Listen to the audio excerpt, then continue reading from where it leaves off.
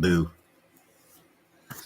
I'm doing this directly from YouTube tonight because I ran out of StreamYard hours for the free stuff.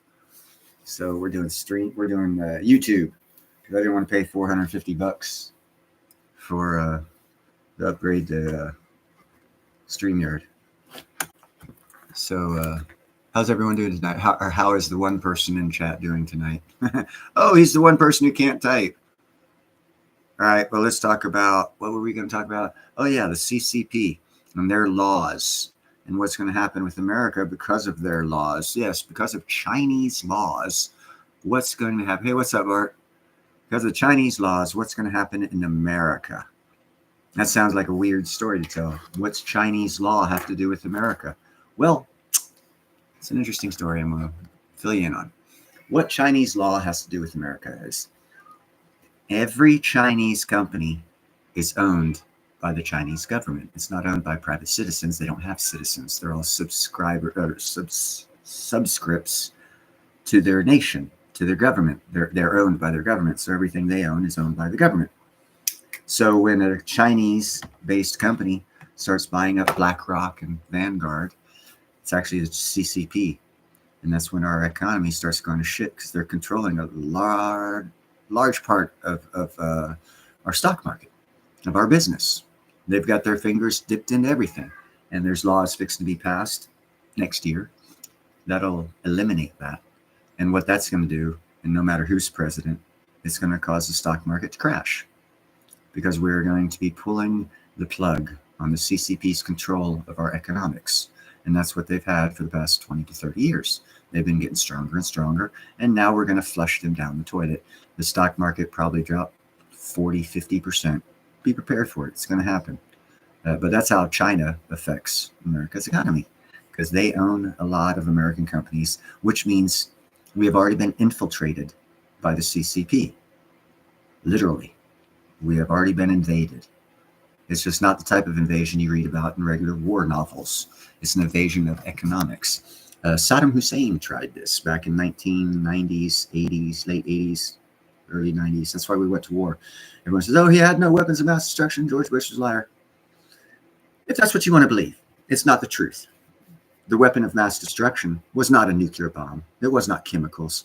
It was not an alien that shoots farts out its ass and destroys nations. But what it was the perfect counterfeit U.S. $100 bill. And he made trillions of them.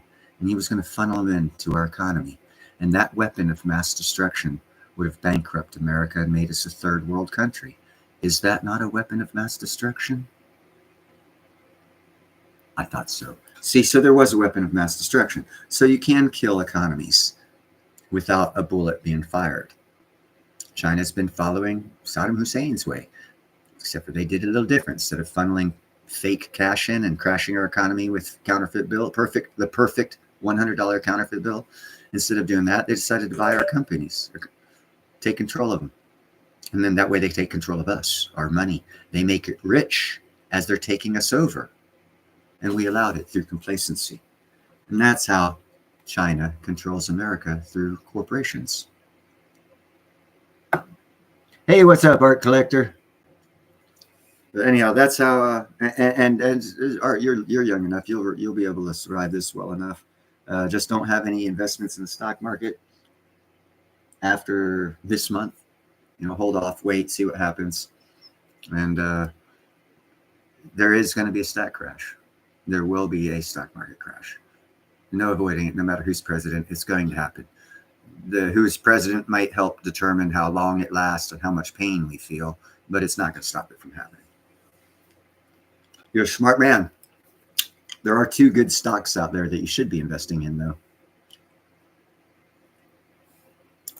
But I don't give financial advice. I just give sound advice. And if I gave stock picks, that'd be financial advice, and I don't do that. I would say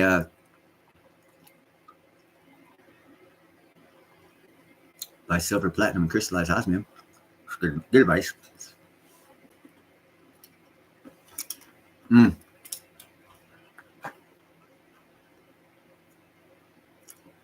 eating Starburst, if you're wondering. That's what I'm eating. Listen, is there something in front of my... There we go. Sorry about that. Sorry, I gotta have my glasses on to read. Constitutional silver, copper cents, and some gold backs. Well, fuck me silly, man. Why don't you have some platinum, dude? You know, platinum's most likely going to be listed as a critical metal on the price. Clean Air Metals is opening up the largest platinum vein discovered on this planet. They're going to be mining it next year, taking control of platinum from bricks, placing it squarely in America's hands because it's in Canada, Thunder Bay, Canada.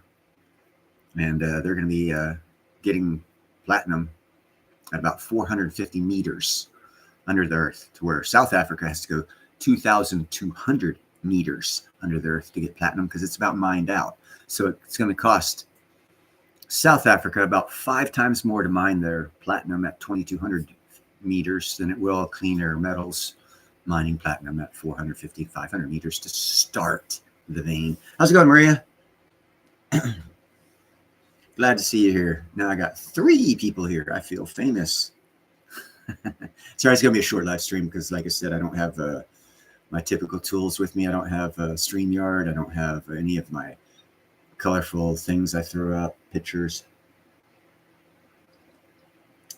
And I've been kind of lazy on doing reportings because I just haven't wanted to do any. I haven't wanted to do any videos.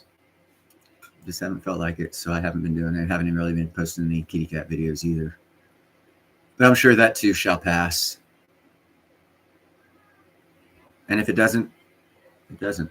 But anyhow, gold and silver is doing great. Platinum's doing great. Everything's doing great. The world is all cheeky rosy. I have nothing to report. Anyone have any questions you want to know anything about? Ask in the chat. I got nothing. I got so many things on my mind, scatterbrain, going other places. I don't even know what to talk about. Haven't researched anything this week. I've been kind of in a mind fog.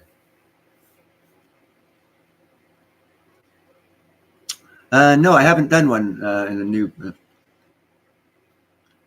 Have you done one on the new port in Chile? No, I have not.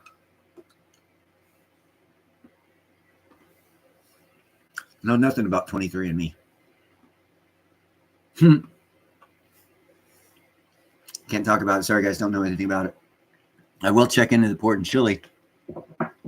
Sounds like a deep water port that China might have something to do with. And I've already done a report on this. I spoke about this. Russia's going to take over all shipping. They're going to have the Northern Passage open up 12 months a year here sometime next year.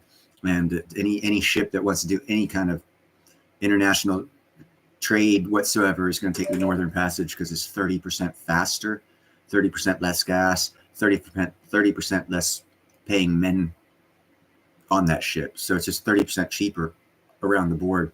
Russia's going to be raking in the money next year in shipping, and China's going to be going bankrupt because they have invested all this money in these deep water ports, and there's not going to be no money in deep water ports. Oh, 23andMe is a DNA harvesting.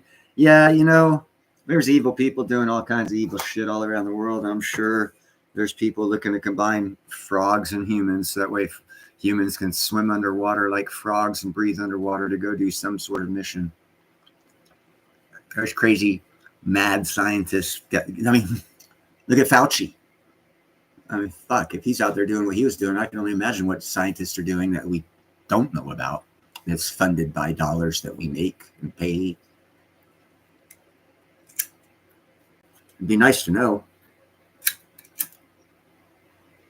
The only way truly to find out would be to put sick Elon Musk on the government, have him cut spending by about 75%. So that way they don't have the money to do all this bullshit behind our backs.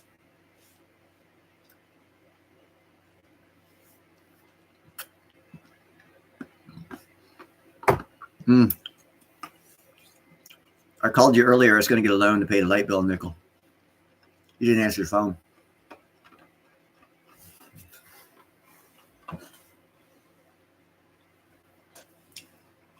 Do I like Elon? No. Yes. Maybe. I think Elon's. See, that didn't work.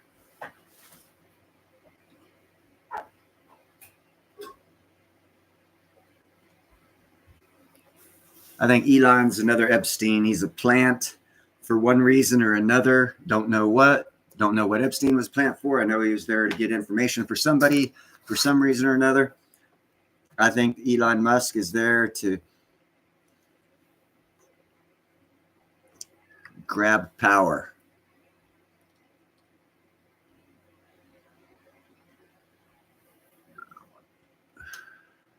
Look more mysterious. If I take the glasses off, you can see yourself. You can't see yourself. You see yourself now because of the glare. But I can't see the chat without the glasses. So what I should do.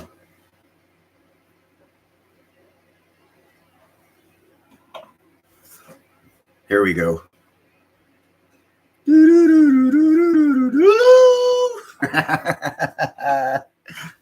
Sorry.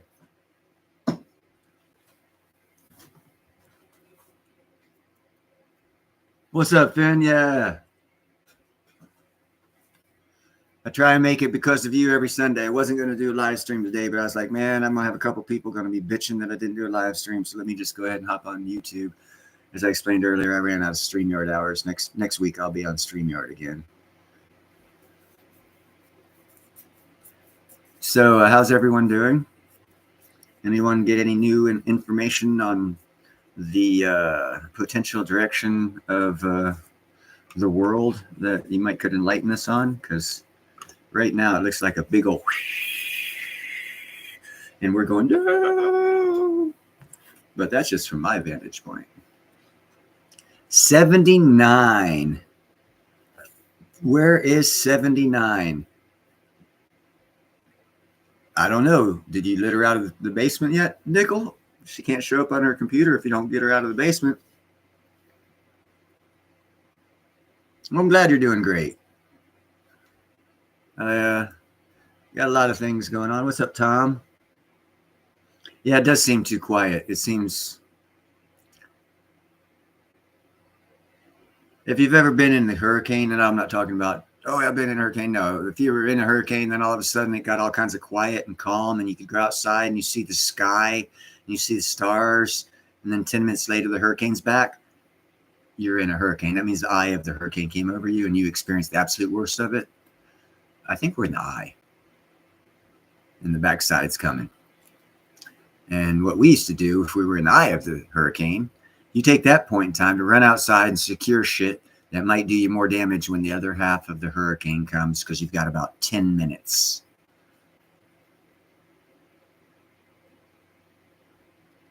Yeah, it's weird, Tom. It's like someone put something in the water or something.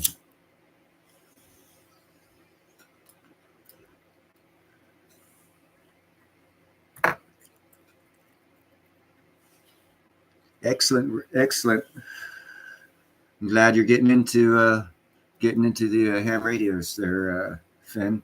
We need people to keep that going. I had my dad's best friend, my half brother's father, was big time ham radio when he was alive. He had this like 30-foot antenna on top of it. It was like 50 foot tall because it was on top of his house at 22, so it was like 52 foot. And he was talking to people in the Philippines. And we were in Pensacola, Florida.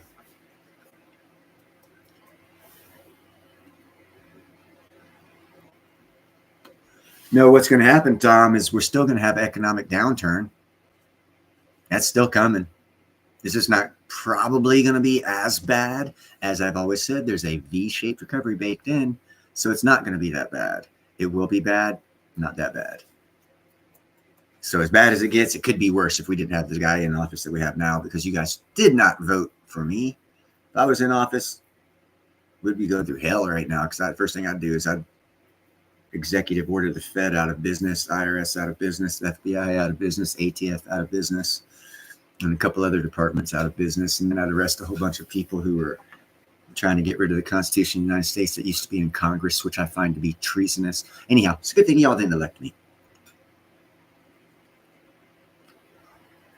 Yeah, we're gonna feel it. I'm getting prepared. I'm on Zillow. I get alerts, areas of the country that I'm looking at houses. If it hasn't gotten bad yet, I'm gonna be a happy guy next year because I'm seeing houses for as little starter house, 3 bedroom, 1 bath, 1,300 square foot, 1/3 of an acre, 35,000, 50,000, 69,000, 75,000. They need remodeled. So what? You get a brand new house for less than 100,000. Brand fucking new after you remodel it the way you want. 100,000. Damn. If it's gonna get any cheaper than that, I'm gonna be happy. I want to own land in Italy. Yes, I do. Santa Teresa, Sardinia, northern part of the island. Or the island better known as Island of the Gods. Sardinia. Look it up. It's called Island of the Gods. It's part of Italy. It's not part of the mainland of Italy. It's not affected as much. So they get more commerce there because they've got water all the way around them. And they're like 2 miles away from a French island. So they get good commerce, easier from France than the mainland of Italy gets, and even Sicily. So it's a different economy there.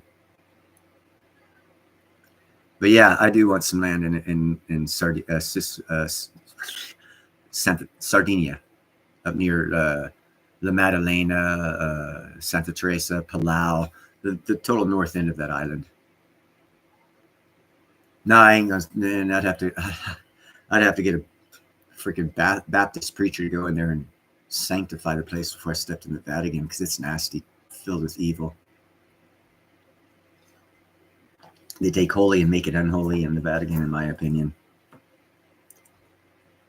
I can't say anything positive about Catholic preachers either. What are you meowing about, baby? Sorry, my black cat was meowing. Shadow. Oh, I don't have. Oh, dude, Nickel, you just don't know. Live next to the Godfather. All I got to do to live next to Godfather is go back to Pensacola, Florida, and reintroduce myself to my family. The one that adopted me, the Italian family that said I can't be a full member because I have no Italian blood, so I'm an associate member. That family. I've already got one. That's probably why I've never been to jail. Visit the Leaning Tower of Pisa on live stream. Okay, live stream, I'll do. Leaning Tower of Pisa. Matter of fact, when I do go back to Italy, I will do a live stream because I actually graffitied my name on either the 7th step down on the inside or the 13th step down. I did it one of those two numbers because I wanted to remember in the future. I was in 2nd grade and I had this cool little knife. It had ivory handle to it. And I took it out because back in 73, 74, they didn't have any lines on the Leaning Tower of Pisa. They didn't have any safety, nothing. They didn't give a shit. If you fell, it was your fault for going up there in the first place. And we went up there. My parents went up ahead. My brother went up ahead. I held back because I knew I was going to do some bad shit. Opened up my knife, hit that on the inside. The spiral, the stairs go on the outside of the center. So the stairs are on the outside of the Leaning Tower of Pisa. The inside of the stairs is up near the column, the centerpiece. So that's where I was. And I scratched in N-A-H. And I'll even show you how it looked when I did that. If I can find, okay, here we go. And this was before Van Halen, and I did it this way because it was easy.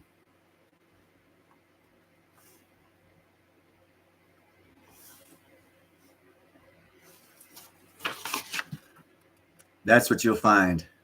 N-A-H. And that's what I inscribed on the Leaning Tower of Pisa, either the 7th step down or the 13th step down on the up, not on the riser, but on the upward part. And I did that in 1973. I also played in the Coliseum when they still had trash in there and no one gave a fuck about tourism. And people would go walk. It didn't matter. They didn't stop you from going. Now they'll throw you in jail. When I lived there, well, I stayed in Rome for 6 weeks. My parents knew this guy. It had, yes, I do, Art. My parents, I became friends with this guy. Long story, but anyhow, we became friends with this guy. He had like 6 apartments throughout Italy because he had a furniture shop and he stayed wherever he wanted in Italy, wherever he had an apartment. one of his apartments was in Rome, so he allowed us to stay at his apartment for about 6 weeks. So I lived in Rome for 6 weeks, and being that we didn't have a job or anything like that, I was in second grade or summertime. We just went around and played like regular kids, like the Italian kids. And they played in the Coliseum.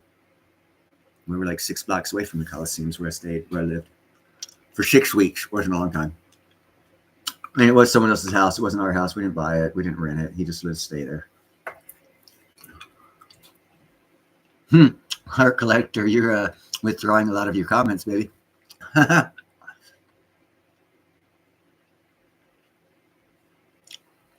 are you talking about, Nickel?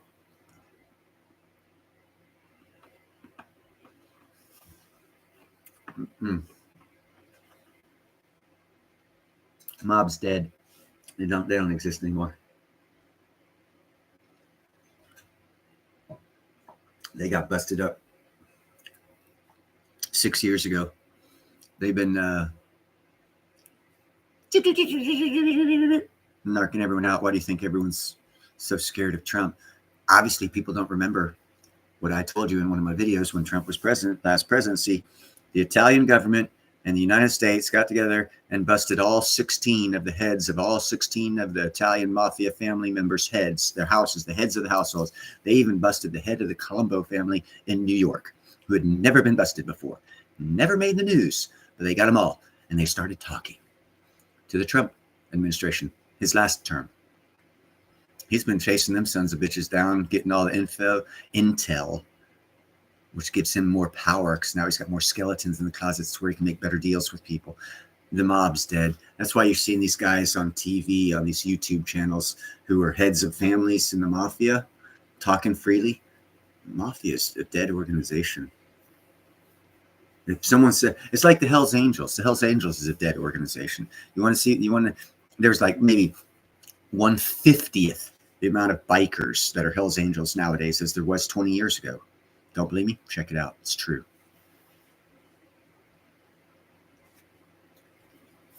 A lot of things happen people don't even keep their eye on. I was in Hawaii for like the November, December of 2019 on Oahu, where Steve Harloa is. He's got a good a good show if you guys want to subscribe to him. But I only saw one Hell's Angel in 2 months. I was driving around that island all the time. There was only one. It was the same one.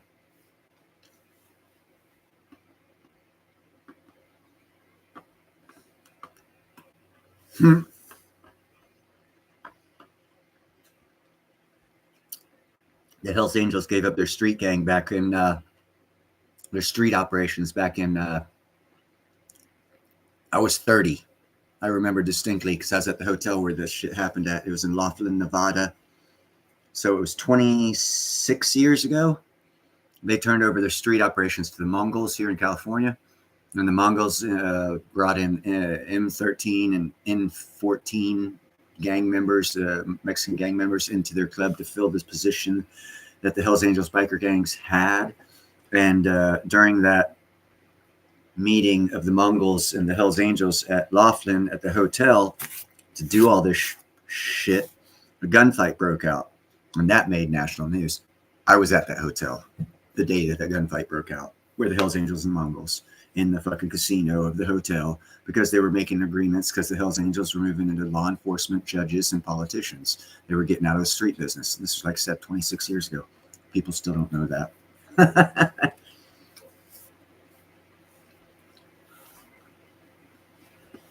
No, they don't. When the Hells Angels had their street business, they were in drugs and prostitution. They were getting their shit from Mexico, so they didn't want to stop it.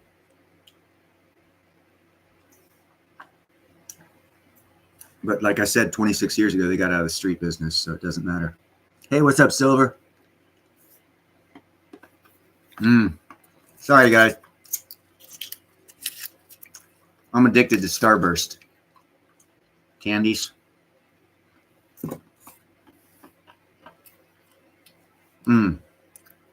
I hardly ever buy them because I eat the whole damn pack when I get them.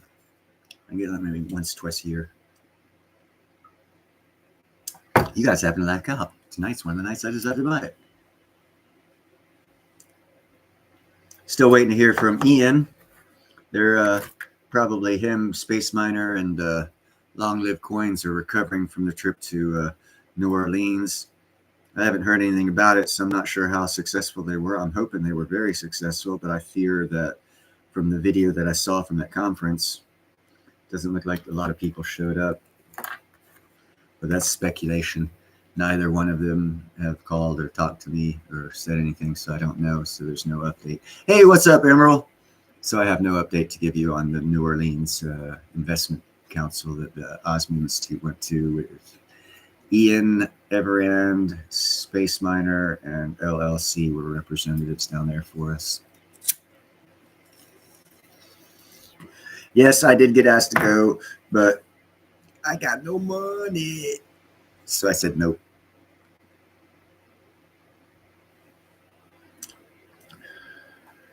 I would have liked to, but like to and do are two different things, baby. I'd like to go to the moon and back. Doubt I'll ever make it. I'd like to be a billionaire. I might make that one. Yeah, probably will. Oh, smoke them if you got them. Okay, hold on.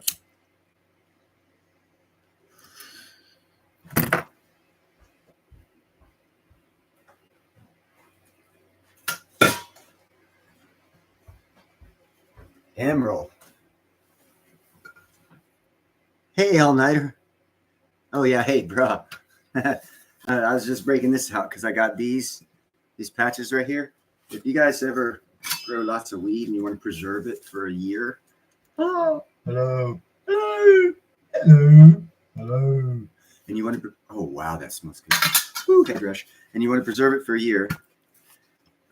It doesn't have to be a glass bottle, but get a airtight lid. And these things here, Humi packs, Humi Smart. Guarantee the exact amount right of oxygen in a vacuum will be maintained to keep your weed fresh for over a year. Oh, baby.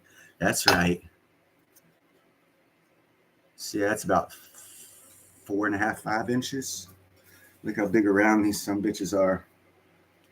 Ooh, yeah. California weed. California, here I come. I got 5 bottles like this year.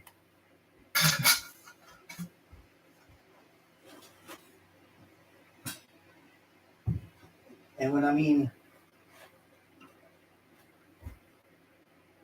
airtight, these are the 2 newest ones I bought. That other kind's a different type. And I still have weed hanging I got to put in these. That's why I got it. But you want the kind with the rubber seal like that. So you're guaranteed that when you stick the Humi pack in there, that no air will come in and out. And the Humi pack will regulate the air inside the vacuum, guaranteeing that shit will stay fresh.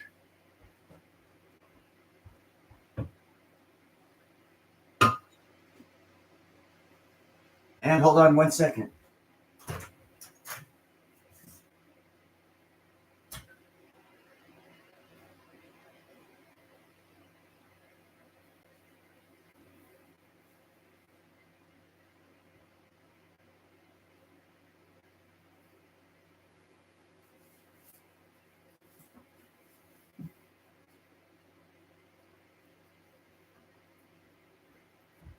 Get back, kitty cats. Woo, what's that? Dun, dun, dun, dun, dun, dun, dun, dun, dun, dun, dun, dun, dun. It's a spaceship. No, this is what we call in California a real bud. It's about 3 foot.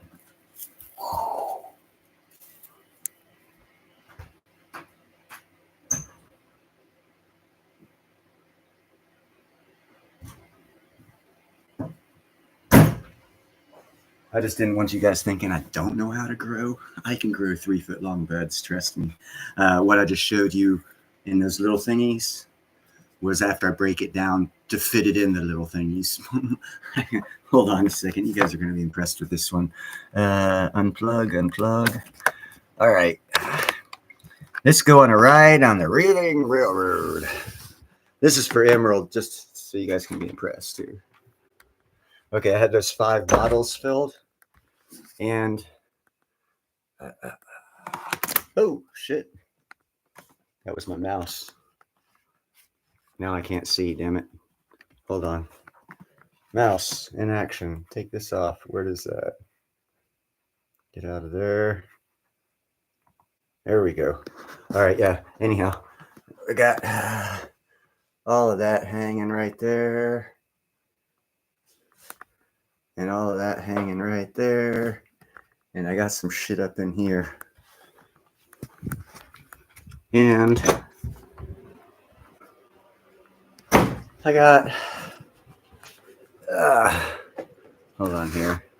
Let's get you guys down. Hell, I'll just put you at ground level. How's that? Cat runs by. Don't be scared. It's just a cat. And I got these. You see those? Yep, you can see those.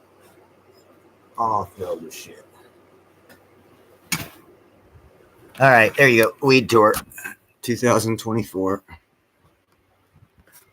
Now I need to plug everything back in here. Hold on a second, guys. Thanks for dealing with me here. Oh,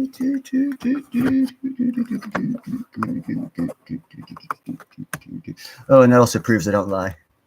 I turned my weed into silver. I do not lie. I say buy silver, buy platinum, buy crystallized osmium. Got silver and platinum in here. Crystallized osmium in here.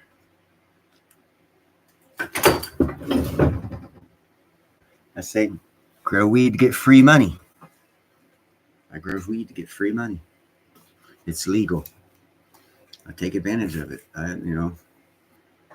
Anyhow, sorry for not trying to see. I only ever grew one plant over 30 years of smoking, but it was really good. And see, it's outdoor. Outdoor's the best. I actually grow organic. I don't use any chemicals. I only add water. I overwinter crop, and I use other plants that are symbiotic with the weed plants, so they share chemicals. I add azospirillum. Hold on.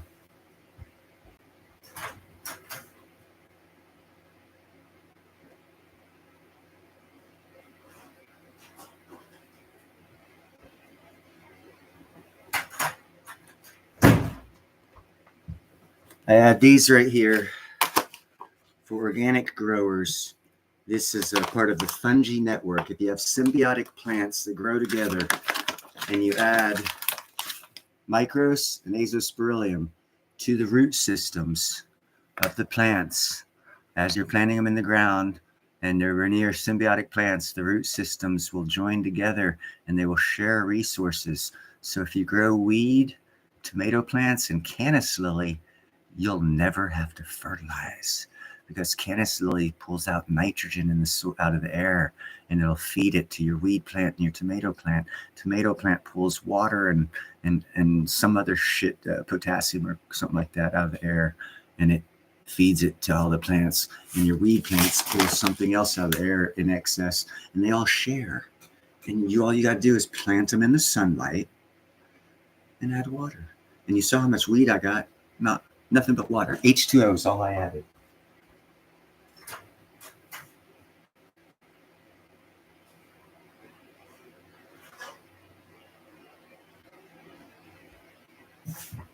Now, having said that, I do grow my soil. And in growing my soil, before I do the overwinter crap, which I'm fixing to do this year, was that, what do you call your bud? I actually developed my own style of weed.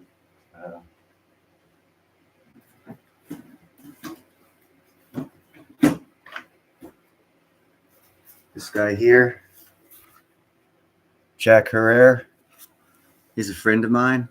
When we were passing Prop 215 here in California, 30 or 40 of us up here in Northern California, about the same down in Southern California, got together. A lot of us real knowledgeable growers who people knew for a fact knew what they were doing.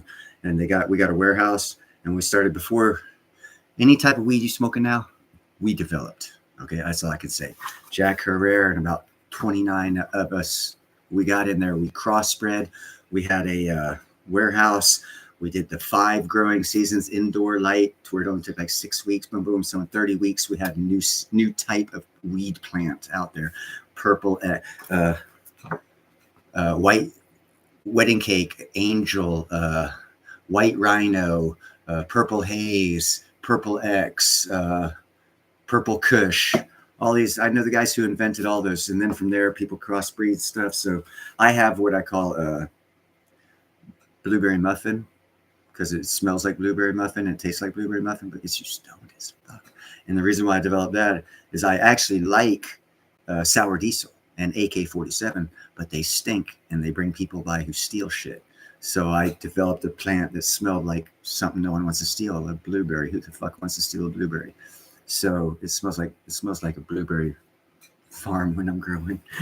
But anyhow, and to prove I know this guy, we were one day hanging out getting stoned, because there was this club down in Berkeley we'd go to. They had a masseuse walk by, massage it. They had a library that you could buy books on growing shit. They had a great hash, concentrates, everything. But anyhow, they had this table. We'd all sit around, and they had crayons and shit.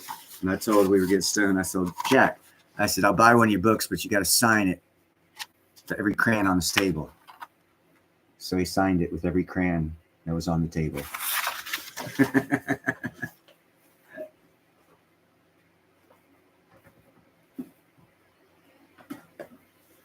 Oh, wedding cake. Yeah, he also came up with wedding cake and white rhino. I already said white rhino.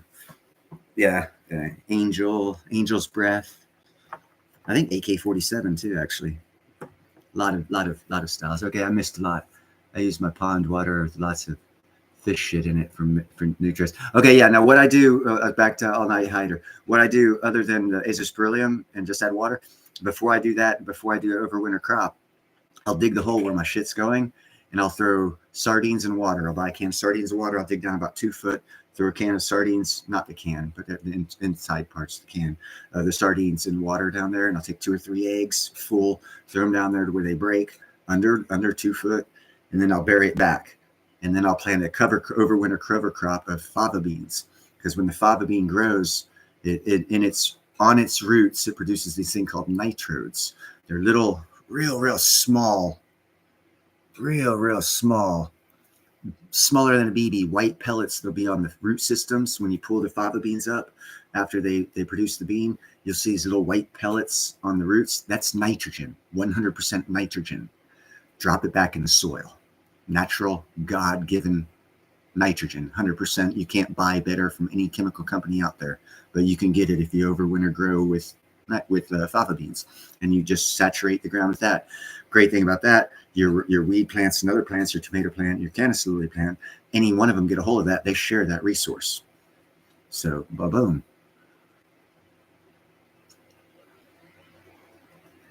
Why are you looking for cat piss? Oh, cat piss. Yeah, I've had that. Okay, I have cats, so I mistook you there for a second, because I actually had to throw one outside. I have 9. I only have 8 now, because I couldn't teach him. I can't find a place to spay and neuter right now, and I've had to throw away. You see this? There's no furniture. I had to throw it away. 2 chairs and a footstool. 5-foot long footstool filled with cat piss from this one cat that would not quit pissing in my fucking house. And I couldn't get him neutered because no one around here would do it within 2 months of waiting. And even then it wasn't guaranteed. And I went to anyhow, long story short, this white little fucker, where is he? Silver. Where you at, Silver? Silver right back there. He's Striker's brother. I threw Striker outside because he couldn't control pissing in my house. His brother, Silver, right here, he's not fixed, and I got him to stop pissing in my house because he's not retarded. He learned. Striker couldn't learn, and 2 nights, twice in one night, right before I went to bed, I caught him pissing. Did the right thing, put his face in it, swatted him, told him no, cleaned it up, and in the middle of the night, wake up, and I catch him pissing again.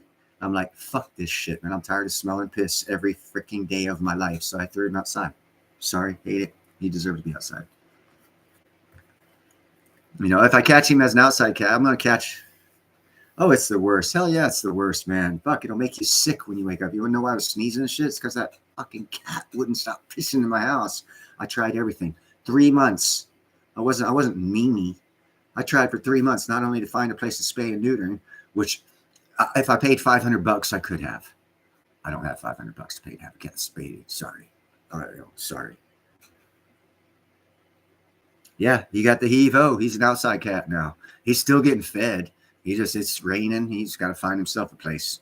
He had 9 months to figure out how to be an inside cat, and he couldn't figure it out. I tried training him. I did everything, and I am not a dumbass when it comes to training animals. I can train damn near anything. I've trained skunks, trained raccoons. I've trained fucking Siberian tigers. I've trained cats. I've trained dogs. I've trained birds. I know how to train animals. But if they're retarded, you can't train them. And if you don't have access to the vet care you need to get them nuts cut off and they keep pissing, either you're spending a lot of money to keep that cat inside or get rid of him. I got rid of him. Sorry. Hate me. I don't care.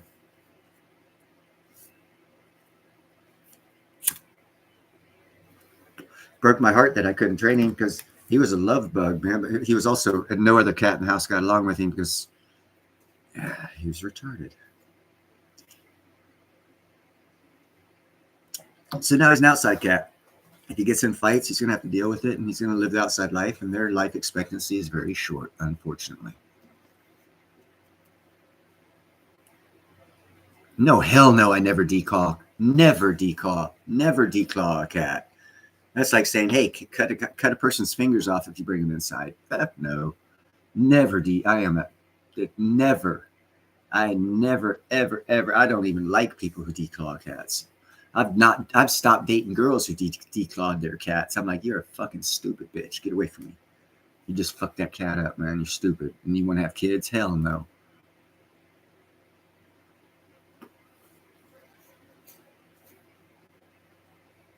JM Unleashed. Yes, no. Striker came from a brother and sister outside cat that just got it on. And it's very common around here. That's why you see in my videos, there's a lot of black and white cats. Come on.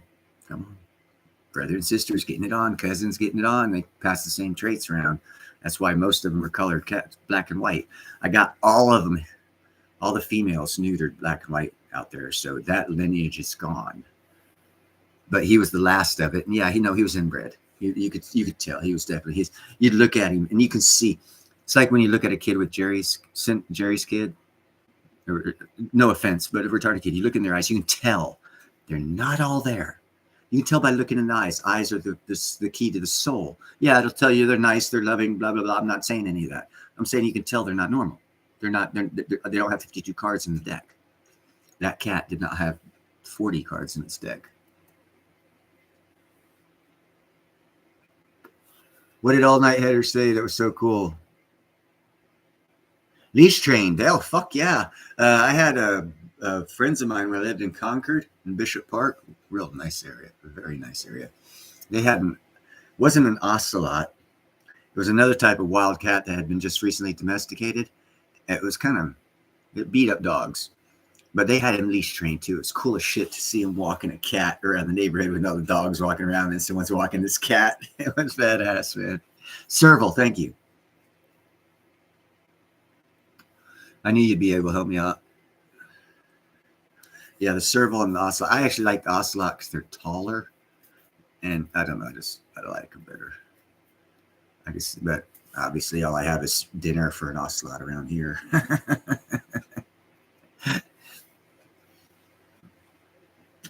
And you always have in the back of your head if they're ever going to, feral out on you and go wild. That's not a cat you want around that's going to go wild. There's the small mid-range cats. It's not kitty cats, domesticated cats. Wild cats, your leopards, panthers, and smaller, your snow cats. They are fast. And with 5 claws, if they can and hit you 6 times, that's 30 hits you just got in like 1 second. 30 dots in your head that are all bleeding. And that's in 1 second. Those cats are fast. They scare me. I like the big cats. They're fast, but they're not that fast. And also, if they hit you, you ain't got to worry about getting hit again because you're pretty much dead. Hey, good night, Emerald. Thank you for stopping by, brother. I do appreciate it. Yeah, it's for you people that have jobs. God bless you. Keep your jobs. They're good things to have. I say a prayer I get one soon. Or start making money off this jewelry stuff I keep throwing money at. And time, energy, effort, I'm not getting anything out of. I'm impatient though, and I'm always fucking before this. I'm so far ahead of her. I get frustrated because I'm too far ahead and I don't have patience. And that's what usually fucks me. Oh no! Quit spamming 79. You know, Nickel can see you in here because I don't have either one. Oh, well, I guess if you guys have each other personally blocked, you can't see each other.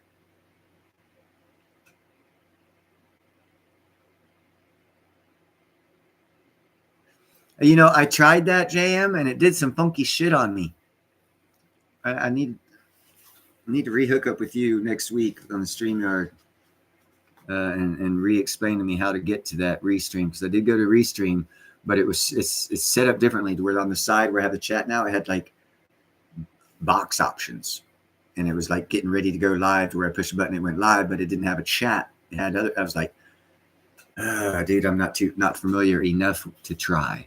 I am familiar with this. I know I can't have any guests, panel, whatever, and it kind of sucks. But you can hear the phone ring.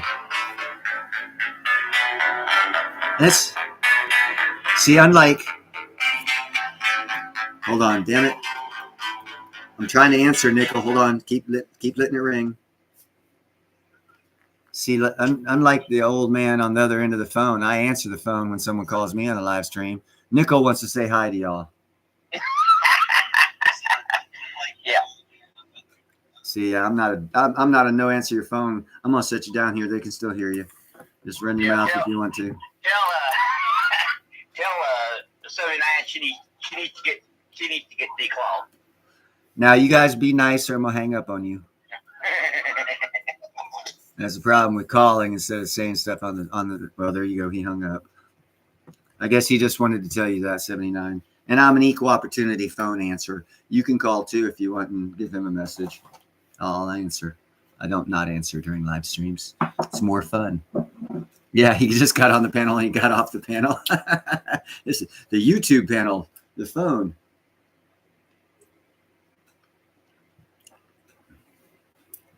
You know he's going. I'm surprised Constitutional hasn't called. I'm surprised Ninja hasn't called. I call him. I do that to Ninja too, Nickel. Don't feel special. Yes, I call the Economic Ninja when he's on the live stream. I do. Thank you, JM. Hey, throughout Ninja's show too. He's been up on a panel once. Matter of fact, I'm one of the only shows that's had Ninja on not talking about economics. Matter of fact, I'm the only show that's had the Economic Ninja on where we didn't talk about economics. We talked about life, whatever the hell you want to talk about.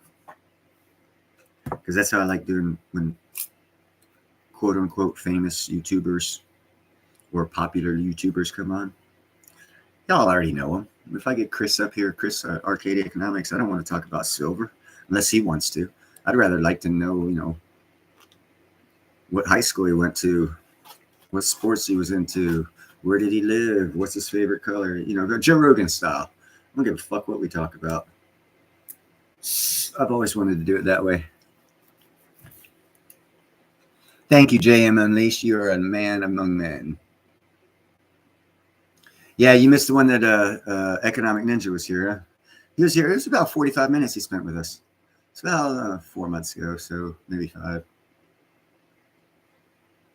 I've been trying to get him back, but he's going to be a billionaire. And one thing you need to know, and I know a couple billionaires, and I don't talk to them because the one thing about it is once you start making that kind of money, you're always busy. Because to have that kind of money, you always have to be busy. So the free time he's getting as he's getting he's building his empire, he has less free time. So the free time he has, he wants to spend with family, and that's totally understandable. So I'm not saying I won't be able to get him on. I will be able to get him on a couple more times, but I'm going to save it for later. Well, it's supposed to all night hider. Dude, I gave up. You saw that the weed I had. I could make so much concentrate, but I'm just not into it, man. I'm not into the concentrate. I like, okay, getting stoned. This doesn't get me stoned because my system goes too fast. I'm like on permanent cocaine, like IV drip cocaine naturally. I'm hyperactive, I'm hyperglycemic, I'm manic, I'm bipolar, I'm fucking crazy. This just slows me down to faster than normal. Dabbing. Oh my God, dude. There's this other guy named Neil Clayton. We hung around. He's an iron worker. We hung around for about 2 years. We used to do plumb up together. We were called the Neils. And he was only into concentrates. And we'd be on a job site. He'd break out a dab, and we'd be fucking plumbing up a 37-story building, smoking fucking hash. That got me stoned. And that was fun. But I don't want to like always be stoned. I mean, I always smoke pot, but I'm not. It doesn't. You guys just think it gets me stoned. It doesn't get me stoned. Like I've just my 5th bowl today, and I'm still fucking 10,000 miles per minute.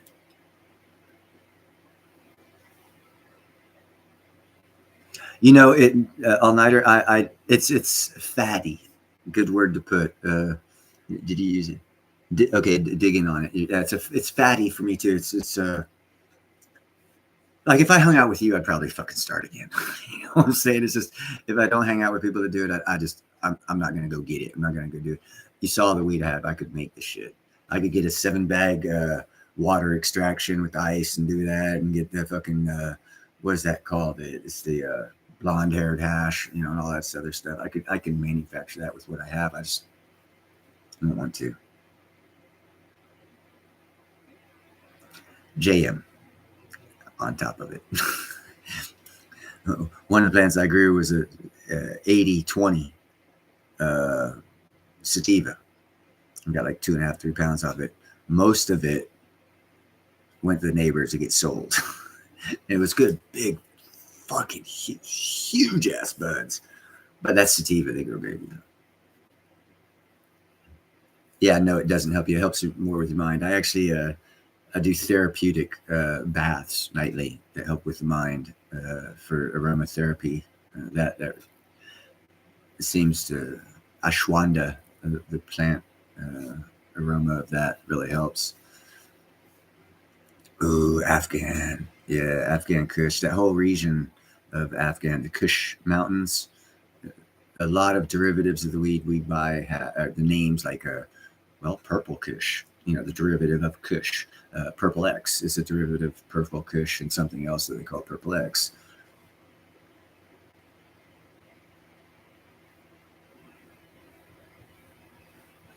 Like I said, I like the AK-47, but I ain't found none of that shit in a long time because people kept crossbreeding stuff. And nowadays, they've got people out here in California convinced indoors better than outdoor. You know how many chemicals you have to use to grow indoor weed? You know how small a crop you get from indoor weed? You know how large your electric bill is for how the fuck do you make money growing indoor? I don't understand people these days. I mean, and trust me, I don't think indoor growing for tomatoes or food, it's no good, man. You're not getting the nutritional value because if you take a light meter, and I don't know, I don't recall what it's called. I used to have a light meter, and you stick it right underneath one of these lights here, it'll read whatever. You go outside in the shade, it'll ping off the charts for your lumens. It'll ping off the lumen chart in shade outside. We're inside under my best light. Dude, I've got a fucking Kind indoor light. 3 years ago, it was the best one on the market. It's right outside the door here. I was going to get an indoor grow, man. That's fucking bullshit. Fuck indoor. Yeah, I mean, if you're up there where you're at, JM, you need the light that I have, the Kind 3-foot light. It's perfect for indoor, but you got to spend money, man. Why do you always have to spend money to get what you want? You know, I look for ways to do things. Like I got some avocados. I've decided I'm gonna start some avocado trees from seed. About 20 of them. Fuck it. Gonna do the same. I got a neighbor cut down when he put his when we built his sound studio, cut down an old Asian pear tree. A couple sprouts are coming up. They're about 2.5 foot tall. I'm gonna dig it up, stick it in this backyard, so we can have an Asian pear growing in the backyard.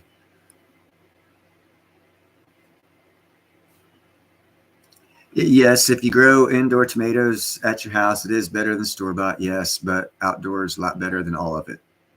Nature, because it's getting the nutrients. The nutrients it gets from the soil that you're having indoor add chemical to replace.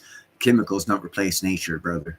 You're missing so many things. The whole mycelia network is cashed out on indoor crop, of any kind of indoor crop, lettuce, tomatoes, weed, whatever. It's indoor, you're missing out on 9/10 of the nutrients and every other good thing that the soil provides, and other plants and other root systems provide, and the fungi networks provides.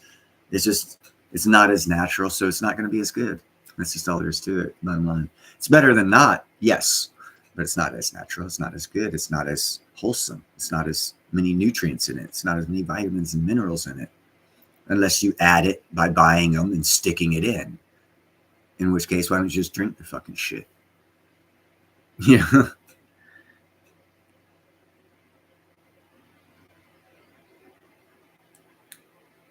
Yeah. No, you want to know something bad, JM? JM says, make your own and sell your own apple juice. 110 apple juice, apple sauce, apple cider. There's a lot you can do with apples, bro, and make it organic at your house. Not have to get. Another thing is honey. I was big into fucking beekeeping. Trust me, I'm a master beekeeper, and beyond. I can train master bee. I need to train people on my system of beekeeping that I have outside a prototype working model of the mobile apiary system. I know about honey business. I know about all that shit. I know about international honey trade. I can tell you how much and why Zambia isn't making as much money on their honey as they should be and how to fix it. Okay, I know about honey, and American honey gets put in 55-gallon drums, and because of labeling laws, it gets shipped. We ship, say, 100.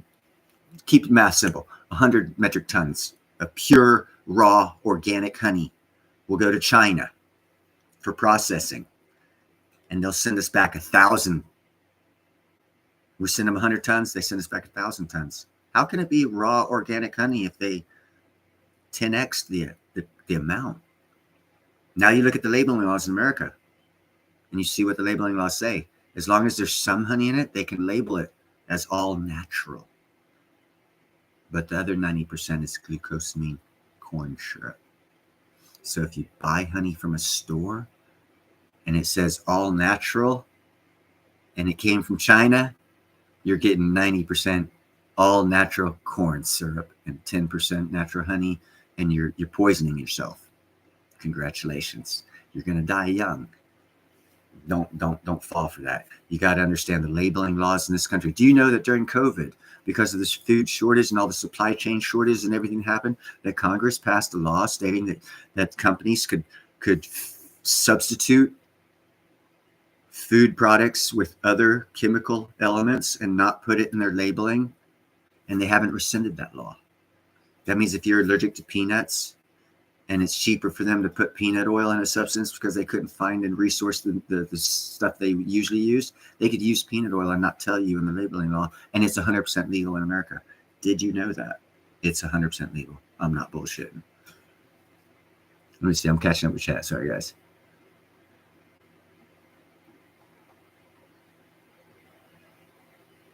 Yeah, it's not as wholesome. And also an all-night hider. I actually built in Hayward, down the road, 30 miles, 20 some miles. We built a warehouse, packaging warehouse, and all they had in there was a machine that added nitrogen to the packaging. And what they were packaging was fruits and vegetables from South America. As soon as they came into the country, they'd go straight to this warehouse and they'd fill the baggage with nitrogen, devoid of anything other than nitrogen. Pure oxygen would be out, everything out, because under nitrogen, it'll stay fresher. But as soon as you open that bag, you ever notice how your vegetables and fruits go bad faster now than they did 10 years ago? because the bag was filled with nitrogen because it was a bad product that was elongated its life because it was saturated in nitrogen inside the bag. And then you take it home, you buy it, you open that bag, oxygen gets in there, oxygenation happens 3 times as fast, and within 2 days, your fucking bananas are rotten. That's why.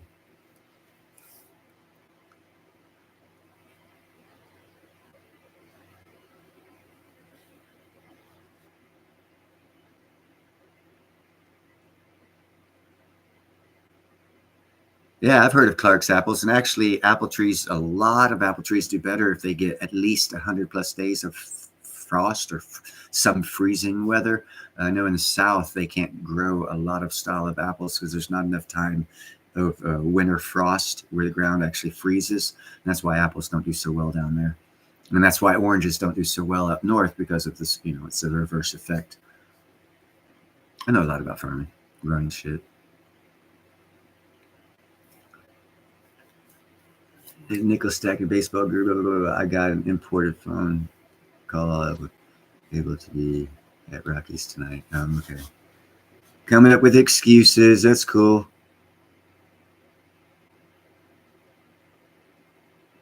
Oh, JM, don't ever listen to freaking 79. I'll ban her. Hold on a second. Let me time her out. Cousin JM grief. Let's see. How do I put user in timeout? 10 seconds. Boom. There we go. She wasn't feeling the love. There you go. She got her typical timeout session. 10-second timeout. 987654321. Boom. There you go. You're back. If you're wondering what this is, oh, damn, it smells good too.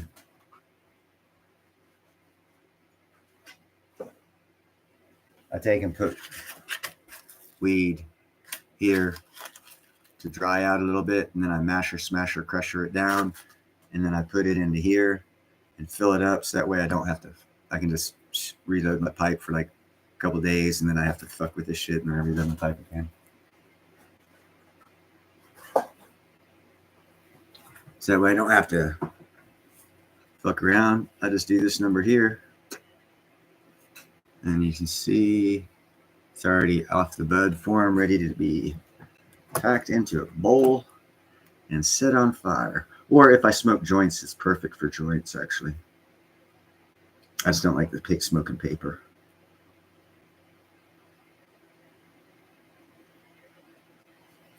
And boom. And that's how quick it went from, I was going to smoke it before I even put the lid back on. Oh, and if you use these things, make sure that you take all the labels off of it, because if you're found with one of these bottles and someone else's name on it, felony. So take all the labels off of pill bottles. Nah, I bet you didn't know that one either, did you, people? Part of those overlapping rules and regulations of our government and 450 agencies.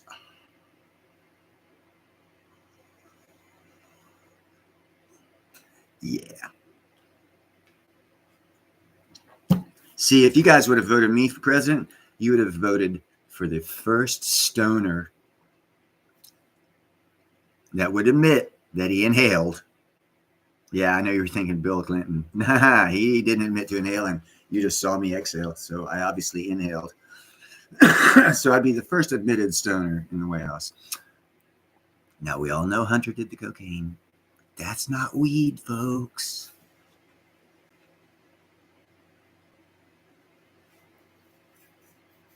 Oh no, it's a felony. This is a prescription is a sealed package of federally controlled pharmaceuticals prescribed to one individual whose name is listed on the receipt or on the label of the bottle. So anyone else found with possession of that bottle and contents therein will be found guilty of a felony because of the bottle prescription is not in their name. In other words, it would be like if I took Oxycontin from you, a bottle of Oxycontin, and I was stealing it to sell on the streets, and I kept your fucking name on here.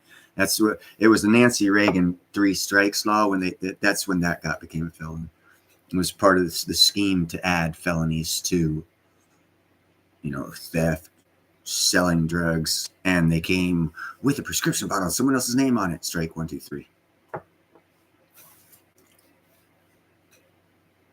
Oh no, Jay, I'm just hanging around me, bro. You won't have no problems. As a matter of fact, when I go down to Alabama, the first thing I'm gonna do is introduce myself to the head judge of the county and the sheriff, and let them know don't fuck with me because I don't play around. And then I'm gonna tell them who I am and what family I'm associated with, and they'll say, "Yes, sir, not a problem, sir." And if they don't, then I'll call my family. My family will make a phone call, and then they'll call me back and say, "Sorry, sir. Yes, sir. Thank you, sir." That's why I want to move down there. I don't want the troubles I've had out here.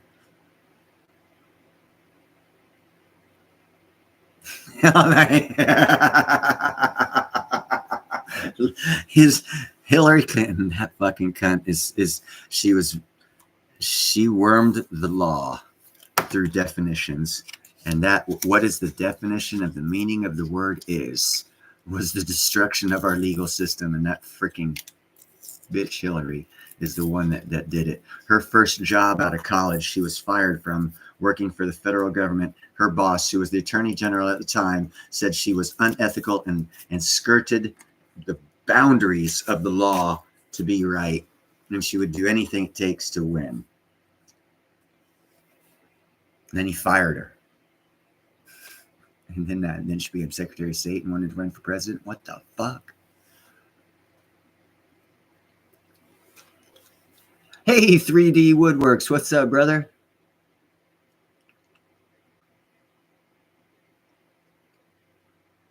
Yeah, exactly. See, it's let's see.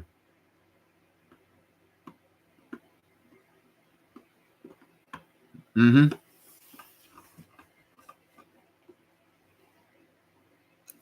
Indeed. Peel off the label. Thank you, 3D Woodworkings. You definitely peel off the label because then you do not fall under the Federal Agency of Labeling.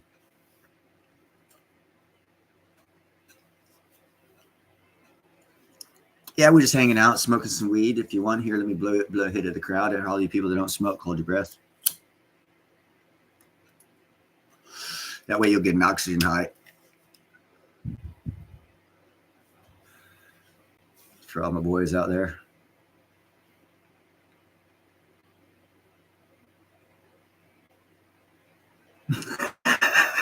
Oh shit, Nico, I didn't mean to kill you.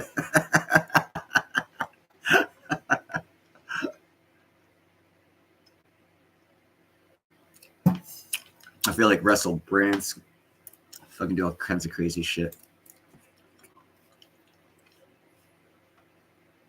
Yeah, contact high 3D Wood.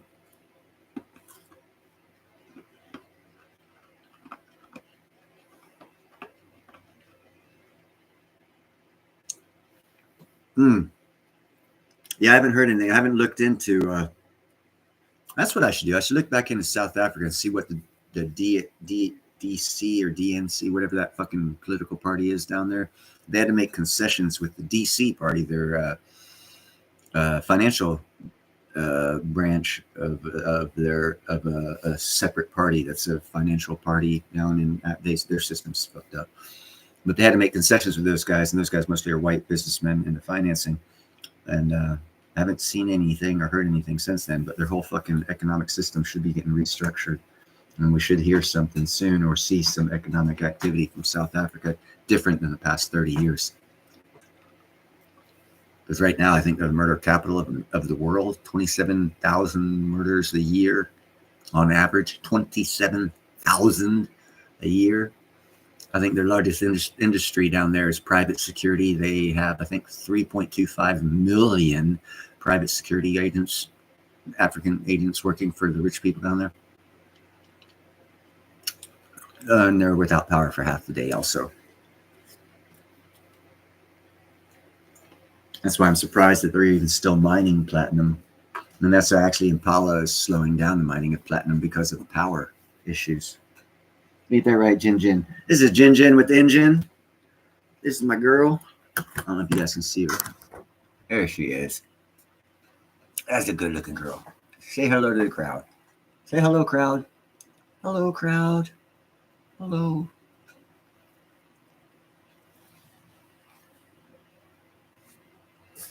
All right, enough about you, girl.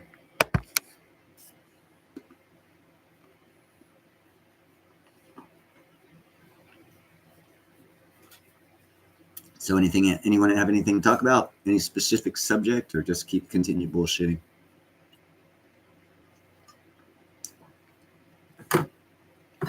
I got good information I can give out. I feel like, no offense to uneducated economist, all that hider, I feel kind of like him, just give out information. It's just I ask the crowd what the information is, and I'll give you what I know about it. And if I know nothing, I'll tell you straight up, I don't know shit.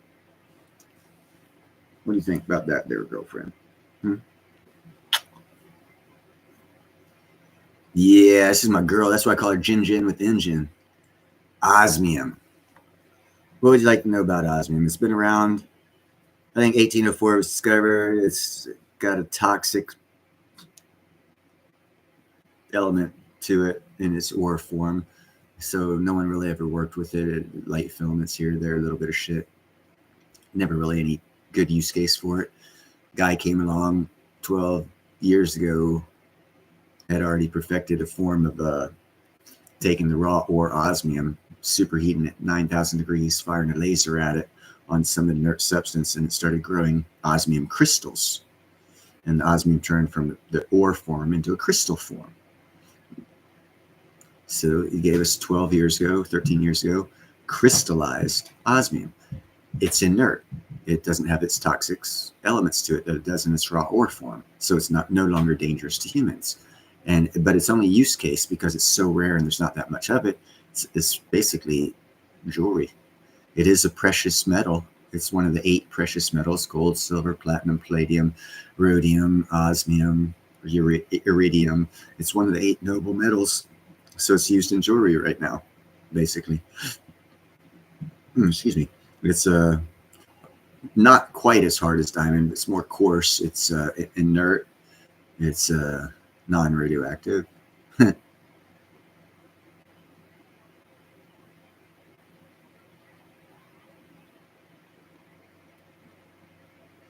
Yeah, no, I don't want you think I'm comparing myself to him, because I'm not in a car, for one. And I'm never claimed to be an economist. I do have been around the block a couple times and seen a lot of shit, and I do realize that if you went to college and learned about their economics, you're stupider than I am, because you were taught the way it's supposed to work, not the way it actually works. But I think everyone's already figured that one out. Hell, they figured that one out long time ago. Business never works the way it's taught. That's why most business is done on a golf course. They don't teach that shit in college. Yeah, just, if you're a lawyer, take a Sunday, go out to the golf course with the judge, you probably win a lot more cases. They don't teach that shit in law school. It works. The problem is getting the connections needed to get that appointment to play golf with that judge. But once you get that figured out, you're in. They don't teach that in college.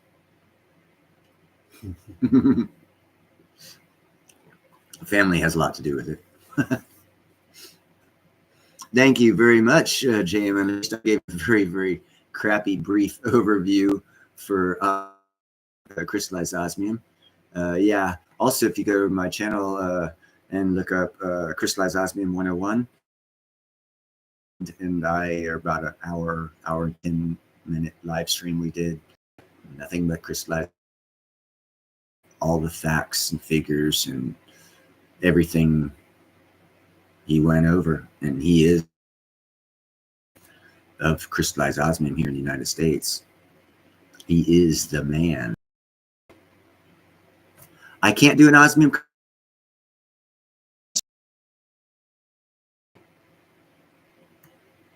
Yeah, 3D Woodworks can tell you about it.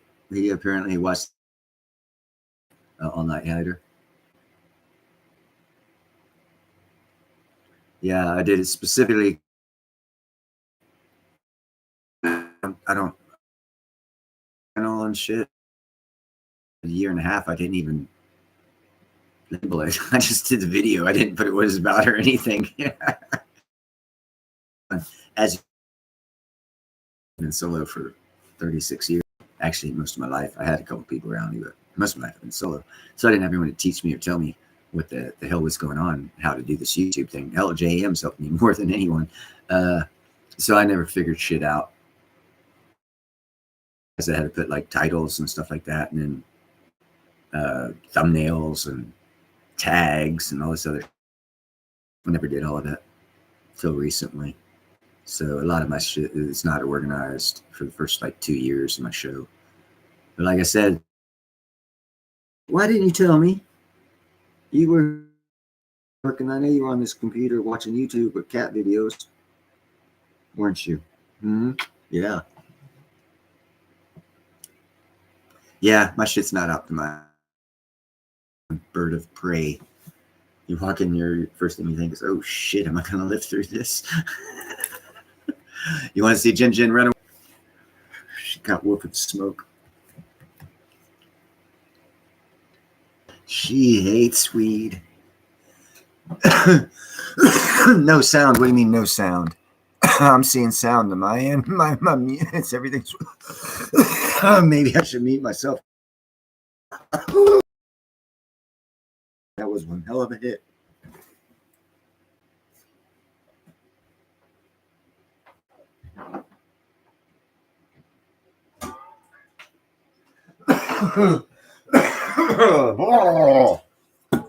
Buffering. You need to go ahead and refresh.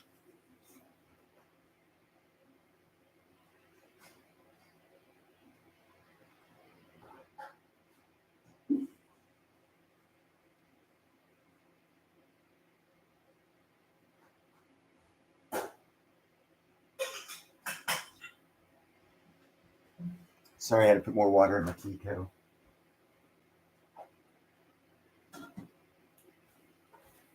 Dude, JM, you ought to see my backyard. I know you show your backyard a lot.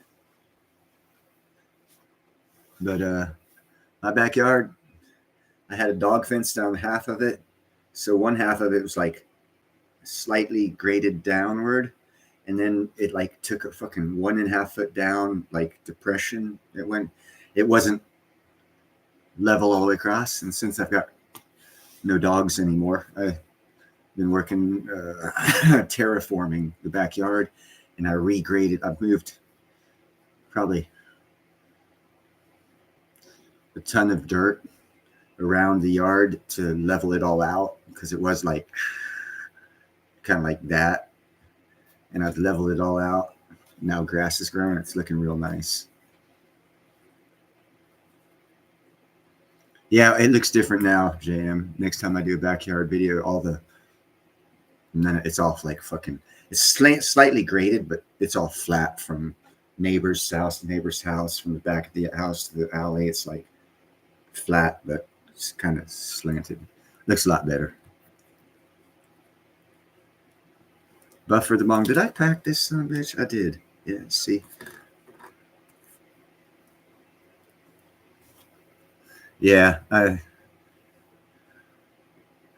actually, I don't mind working a shovel if I'm in a yard doing gardening. I'll shovel it all day long. Start working on it and make it a fucking nice place. There, Nickel. First thing you do is just start. Go out there and start in one spot. Next day, do a little more. After 365 days, a year, it'll look different. And just like me, being here for 23 years in the same neighborhood, I've been fixing this neighborhood up, trying to fucking clean it up. It's finally starting to look good. Yay. Now I'm going to move. Put all hard work into making this town look good and then leave. That's right, it'll fall apart as soon as I leave. I'm like the glue holding this shit together because no one really gives a fuck. The only reason most of these people know each other is because of me. So once I leave, they'll give a shit less about anyone else, and they'll stop caring about someone else's yard and the front of it. Grass will start growing. It'll look like shit within a year. Oh well, not my problem. I'll be gone. And wherever I go to, they'll be happy to have me because it'll be looking nice there.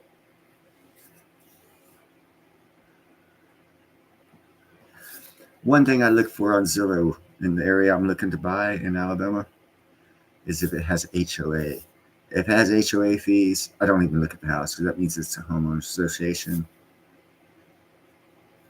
I'm not into buying a house and being a slave. If I buy a house, I'm going to be king of my castle.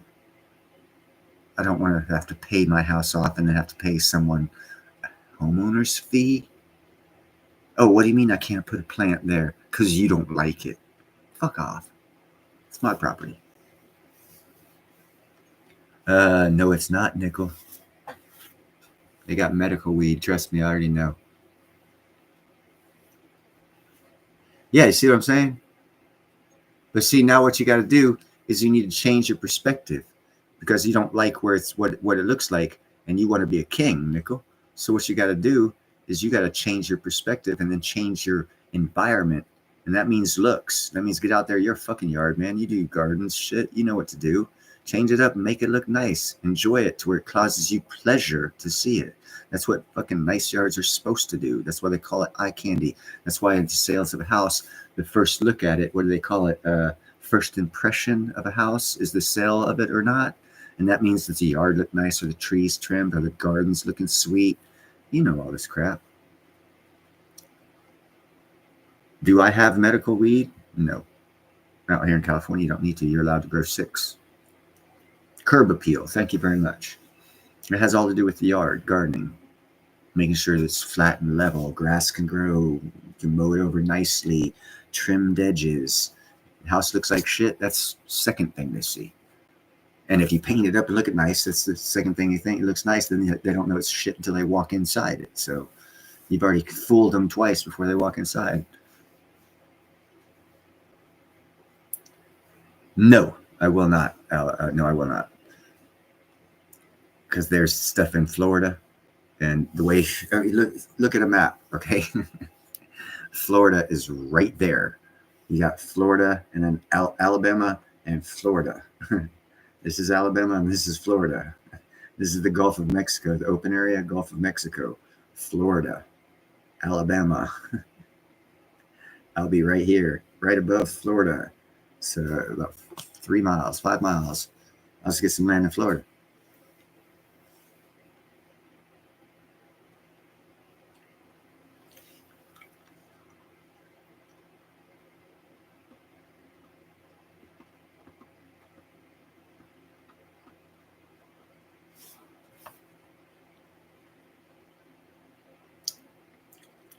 I wish I could highlight that statement on that header.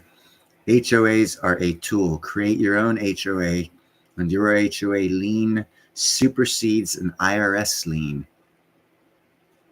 Interesting. I knew I liked you all night, Hyder. Bringing me information I didn't know. This is what I like about this community, man. Fuck, man. I wish I was on StreamYard right now so you could tell people that yourself, man. That was some excellent information.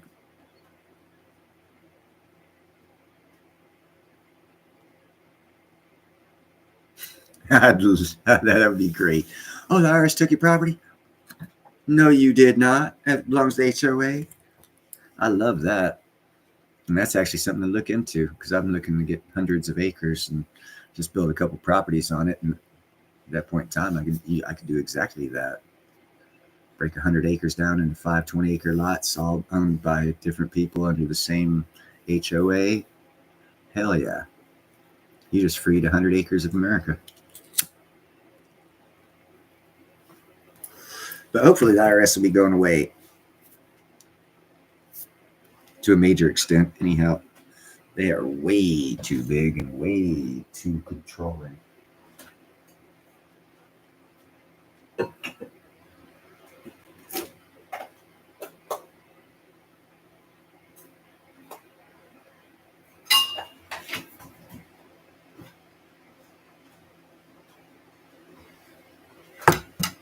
I don't think there's anyone here that actually likes the IRS.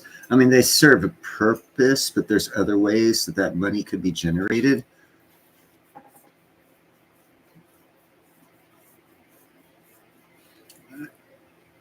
Everything here is a discussion among friends. No advice is given, just what people have experienced, they talk about. And only sound advice, if any advice, no financial, no health, no medical, just sound advice. We don't give any other kind of advice other than sound advice, because it's not illegal in any way, shape, or form to give sound advice.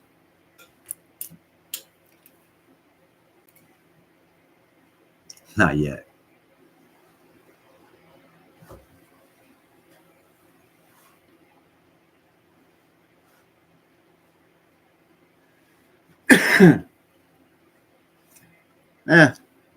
JM, have you ever experienced Fiji?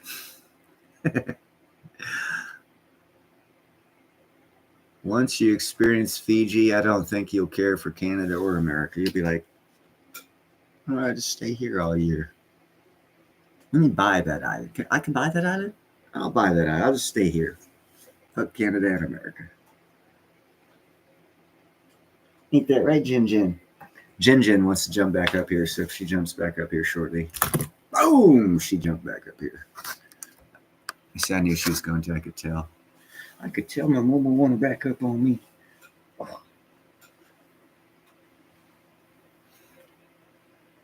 No, I'm actually down with a form of government where the government has one asset class that it owns, runs a business, and the profit of that runs the country.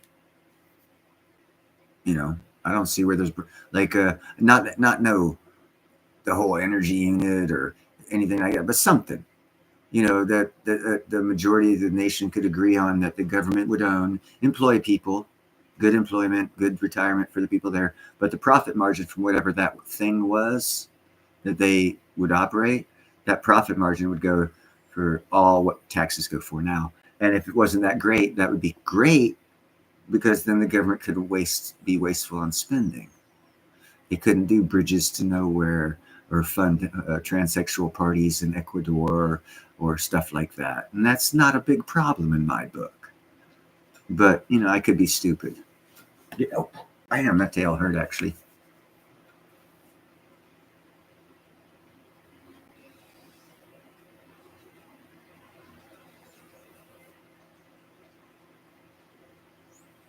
Yeah, isn't and I don't know about economics, but they do destroy dollars. They like burn them, actually physically destroy bills, and they do it a certain amount monthly or something like that. So anytime someone starts talking about, oh, more money's coming back, burn it. Isn't that doesn't that solve the problem? Oh, we have too many bills. I got a lighter. I'm stupid of the economy. What doesn't that work? You know, I don't know. You know, seems kind of stupid, stupid, easy.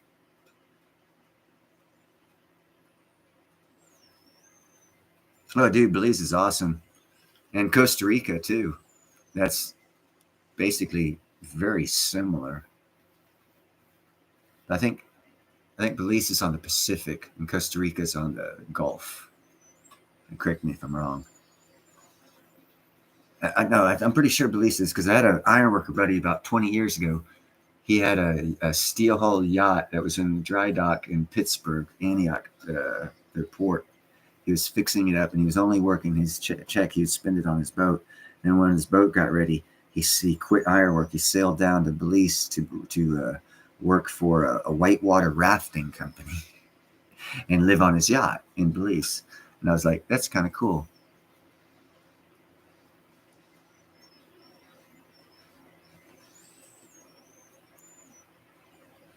Yeah, it's the same thing as dollar creation, dollar destruction. It's the same principle. Okay.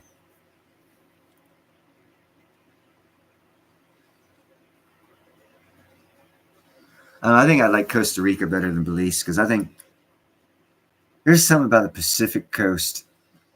I mean, even when I was in Hawaii, the water just, I like the Gulf water better. It just didn't seem as, I don't know. I don't know. I like the Gulf water better. I don't know why.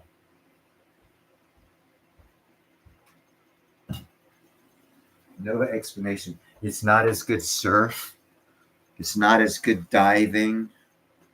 It's not as good a lot of things. Actually, the diving out here, free diving, and I was a free diver for years out here on the north coast of California. I actually have, I got my weight belt and shit in the other room. I could bring it in and show you, but if you think I'm lying, I don't give a fuck. So, but we used to listen at work, and I see where the Hawaiians do this in Hawaii with the waves. But me and my boss were both free divers and abalone divers. And up here in California, in the north coast, it's like you maybe get 3 days where you'll have like 30 to 40 foot visibility in the water. But on those days where you get that visibility, there is no more a beautiful underwater coastline than the north coast of California. It is god awful gorgeous. But there's only like 3 or 4 days of the year where you get that kind of visibility. So if we'd be listening to surf reports because they'd give visibility, water visibility, and on days if we're working, oops, and it was one of those 3 or 4 days, we didn't work. We took 3-hour trips straight up to the coast, got our wetsuits on, and hopped in the Zodiac, went in our little spot, and took our underwater pictures and spent a couple hours in the water because it was so beautiful. The West Coast, and I've never seen that in the Gulf, but for some reason. I like the Gulf water better than the Pacific, even though the Pacific is more beautiful underwater on the days that you can see it. And maybe that's what kicks it off for me. Costa Rica has the Caribbean Sea. Caribbean Sea on one side and Pacific Ocean on the other. Yeah, the Caribbean side is the side I like. And I don't think Belize has a Caribbean side or a Gulf side. It just has the Pacific side. And that's why I like Costa Rica over Belize a little bit better. Although Belize is beautiful. I mean, god damn, it's all beautiful down there. It's just a matter of if the government's friendly for Americans, which both Belize and Costa Rica, Panama, Colombia, kind of sort of. At least that's where George Gammon is, I believe, Columbia. So.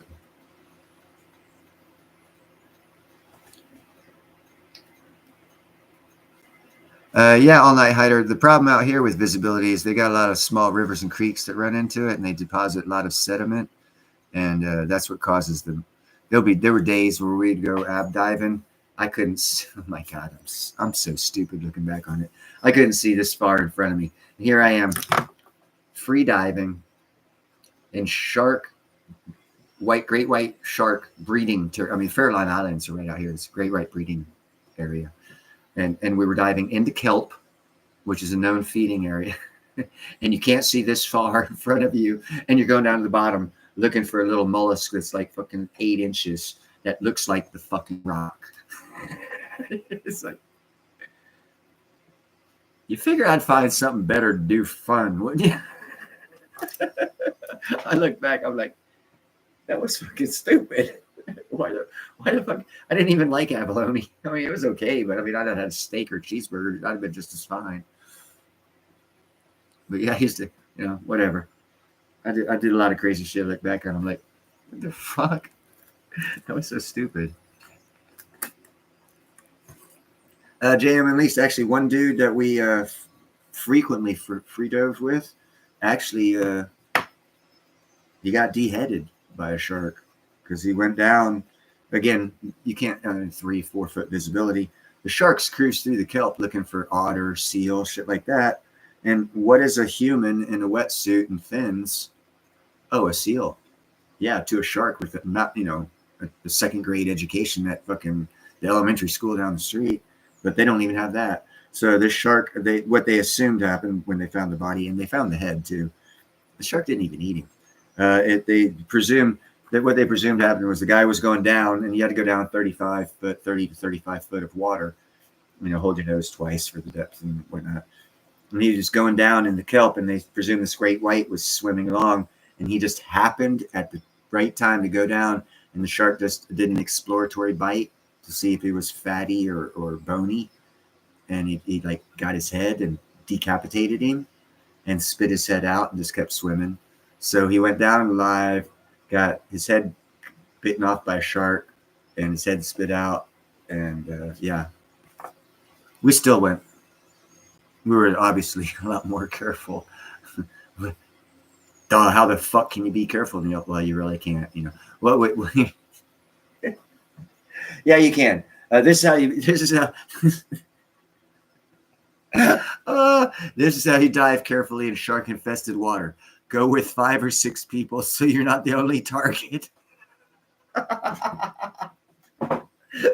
so he gets eaten. You got a chance to go back to the boat. Yay! That was our plan. Actually, no, that is a perspective I took of our plan. Our plan was, if there's that many bodies in the water, they won't come near us, and that kind of sort of is true. But the way I looked at it was, okay, you guys are fatter than I am, so I'll go in the water with you, sure. Sharks are gonna get your fat ass first, and I'll get the fuck out of the water. But I'm an asshole.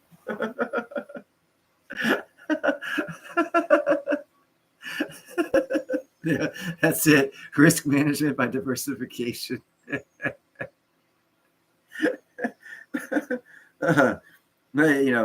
why I'm an iron worker. I was dealing with other guys who were just as crazy as me.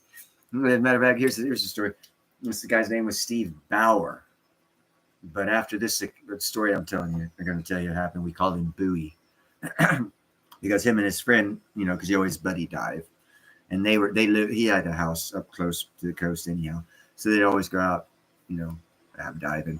And he was kind of a fat guy. So he had 40 or 50 pound of weight. Probably not 50, but probably close to 40 pounds of weight on him. So he could actually go underwater with a, 10 mil wetsuit on. And he was diving with his partner. His partner lost his weight suit, his weight belt.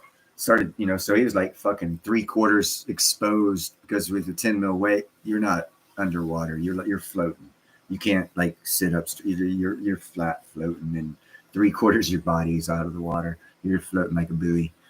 So Steve Bauer was like, fuck, buddy dive. So he just cut his belt loose too, and said, we'll stay together, because the tide was pulling his buddy out, and he couldn't swim both of them to shore because the tides. So anyhow, long story short, the Coast Guard picked him up 15 miles offshore, both of them bobbing up and down like buoys. And for the rest of his career, instead of being known as Steve Bauer, he was known as Bowie because of that. Yeah, I got a lot of good stories about some dumbass shit. But that's what ironworkers. That's why we're ironworkers, because we're stupid. According to normal people, we're stupid. We just like having.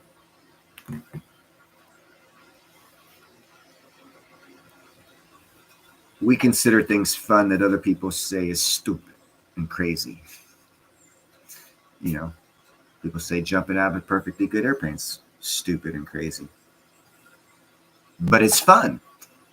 So you're stupid, crazy, having fun. Okay.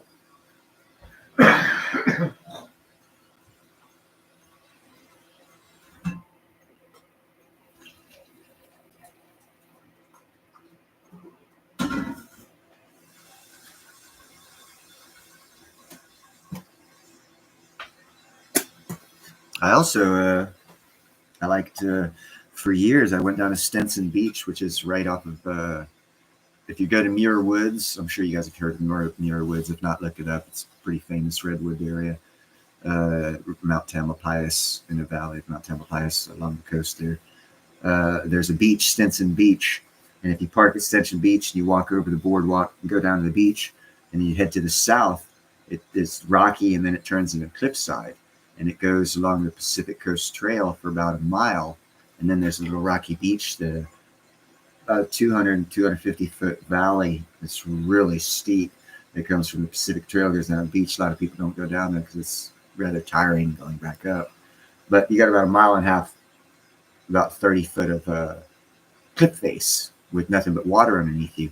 And I used to take that about a mile and a half, and I'd climb the rock sideways for that. And it'd take like 3 hours or so.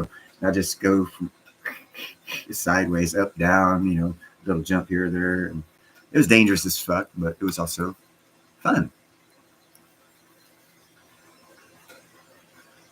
But no, I was in my 40s when I was doing that. I haven't done nothing crazy in my 50s. I must be getting old. Yeah, Muir Woods. It's John Muir was actually good friends with President Taft, who started the national forests and national park system. It's because of John Muir, and John Muir is also a redwood park in California along the coast above Stinson Beach.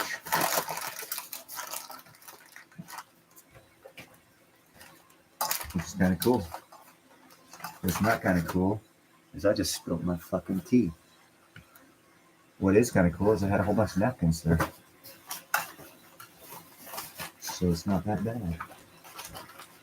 But if you're wondering what the fuck I'm doing in somewhat of an emergency, that's what I'm doing. It only took half my tea, so that's cool.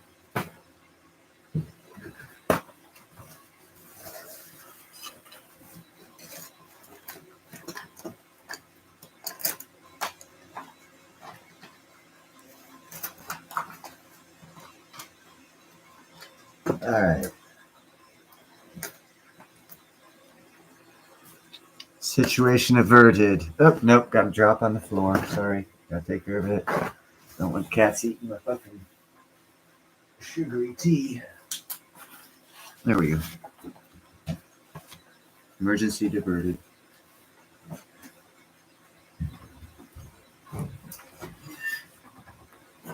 Oh, and hey, looky there. I didn't unplug my tea so I can refill it.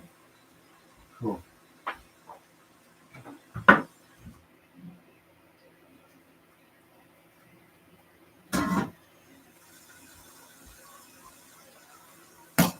That's what you call stupid lucky. So what other things do we have to see? Oh, are you looking at a map? Yeah, it's right there above San Francisco with Highway 101. You got Sausalito, Marin, and it's right above that on the west side of High. Well, if you're going north, it's on the west side. If you're going south from 37 and Novato, which is the access point that'll get you from Vallejo to San Francisco, going the northern route, it'd be on your right side. But coming from San Francisco, going north, it'd be on your left side. If that helps. If you're ever out here and you're like, oh, hold on, Neil said if you go north, it's on the left. If you're going south, it's on the right. Like you're ever going to remember that shit.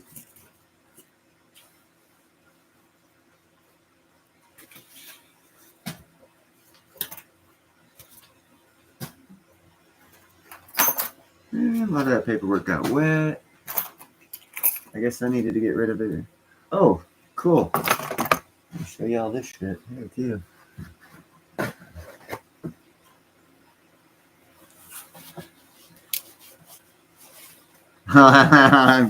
Well, of course, you're in San Diego. I'm surprised if you haven't already been up here.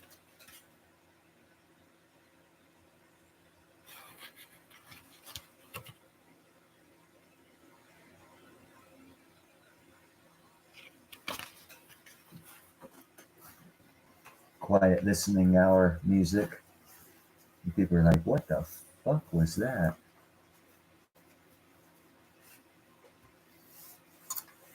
That's Looney Tune Neil and some of the music he likes listening to when he gets too aggravated and needs to chill out. That's what Neil listens to. And then I garden. And unlike my Italian friends when they garden, I don't take my shotgun with me. They have a tendency of bringing their shotguns because they have need, because they're bad people. Bad people need protection. Good people don't need protection. That's a ledger. Unopened.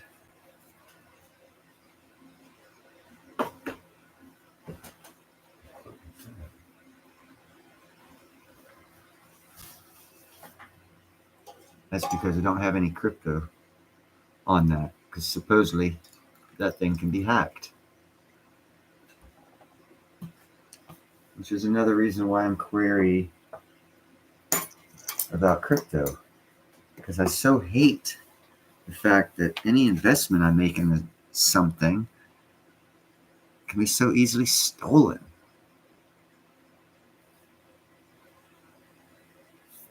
Oh, one thing I heard, speaking of carry, and I know you're not talking about concealed carry, but it made me think of that. One good thing I heard about the next administration that's coming in was he's going to square away the bullshit that we've been having problems with on concealed carry from state to state, and how each state does not respect the concealed carry.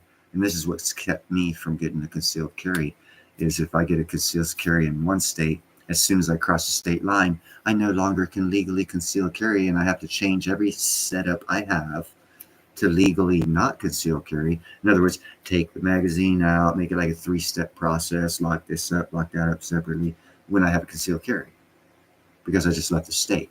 Well, this next administration said that what they're going to do is they're going to make a federal concealed carry, to where if you have a concealed carry, and say it's from Florida, and you're driving down I-10, and you go through Alabama, Mississippi, and Louisiana, and you get to Texas and you fuel up, it's still legal, and you still have that concealed carry, and it's got to be, the state is obligated to accept that concealed carry, no matter what state it's issued from.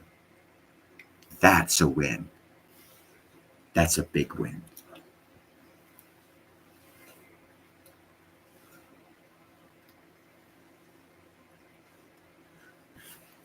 But see, that's what I like about, and I need to double check, triple check, quadruple check. No, I don't. My lawyer friends lives there for this reason. I like Alabama. A couple 100 acres in Alabama, and you have more rights than you'd ever know about when you're on your land. They allow you to do pretty much anything that's constitutional. If you're on your land, it's legal. My friend, he's got several 20, 30 acres down there. He's a federal weapons dealer. He legally owns a couple 50 caliber sniper rifles that are about 7 foot long, and about, some of them between 16 and 21 pounds, depending on which one you're going for. And he legally has them. Legally. Automatic. He legally has an automatic in that state. And in that state as well, it is legal if posted and secured. This is your property, and someone trespasses and they don't leave when asked, you can legally Clintonize them. And then there will be no charges brought against you. That's cool, because that gives you security. People have to respect your right to own your property and keep it yours, not for them to do what they want on it. That's more than reasonable in any state. But that one, you can get away with that. Not all of them. You can't. Trust me, out here in California, oh my God. Shit, someone, the landowner, oh, let me phrase this properly. Here, and you can correct me if I'm wrong on that, Hitter. How it works here in California is whoever has the most money will be criminalized so they can take all that money. They'll find a way. That's what I can say about out here. The poor guy usually gets the good stuff. That's why they allow him to steal $900.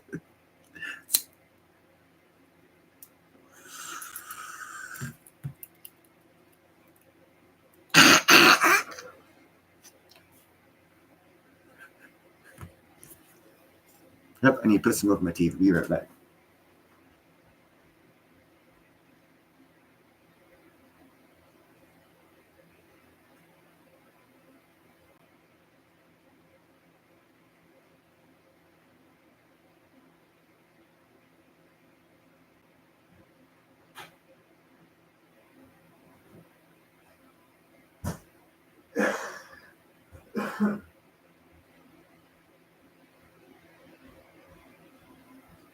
Thank you for your patience.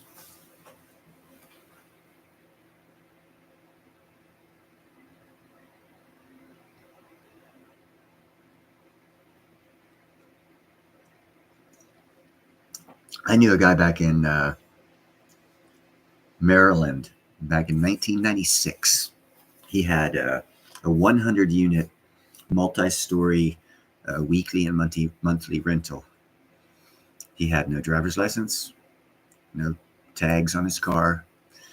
And the time that he wasn't spending in court suing the Maryland State Police for imposing on his rights because they didn't know the law, the judges didn't know that law. But this guy was pretty wealthy because he had that rent. He didn't pay taxes. another reason he had lawyers on that one too, but he didn't pay any tax on that because he lawfully didn't have to. So yeah, I know what you're talking about. And the issue with that, and everyone talks about it, and it's cool. In my description of the description that I gave on the guy that I know from 1996 in Maryland, it was in Aberdeen, Maryland. He was wealthy. He could afford to take time off to go to court.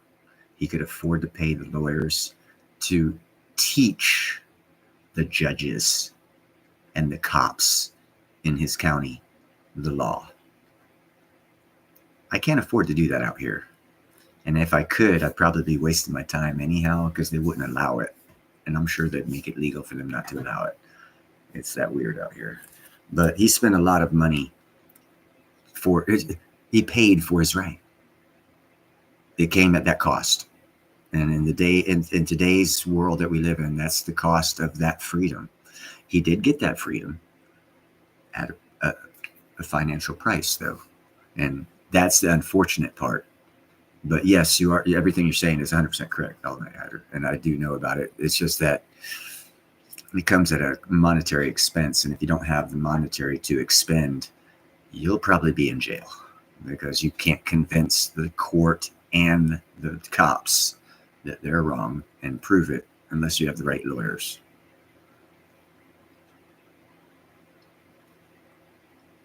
Exactly, and that's where the lawyers come in because you have to convince the cops and the judges of the perspective of the actual law that they were not informed of when they were taught their version of the understanding of the law, and that's wherein lies all the issues, and that takes money.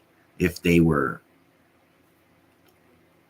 better trained to be cops and judges, yeah, that would be no problem. And we could all do that. But the ones who control who controls the law, cops and the judges. Uphill battle. Better have some money.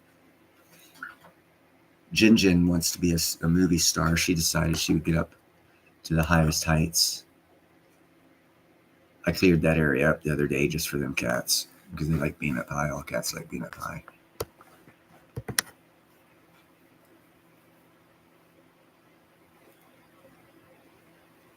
You know, I am not too familiar with the legal system. I have a lot of information about the legal system, but actual understanding of rules, regulations, all their subpart, blah, blah, blah, blah. I don't know any of that shit. So I can tell you bonds are a tool or not, because there could be a rule or regulation that was stipulated in another court system that they could refer to as a precedence. There's just so much fucking bullshit I don't know when it comes to the nitty gritty of the legal system. I am not that well versed, so I couldn't tell you for sure. And even so, you'd still have to convince them that it was real. What do you mean you have a bond against me? What? And then you have to, so you're already starting off at a negative because of the way they were educated about what their role in the legal system actually is. They've got a false narrative they were taught and they believe, and now they're content and making money. Got a lot of uphill battle,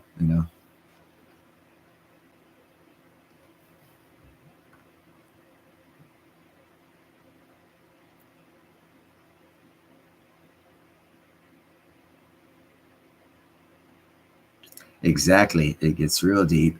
And for that, you'd have to have a above average IQ, which knocks out over half of America from trying.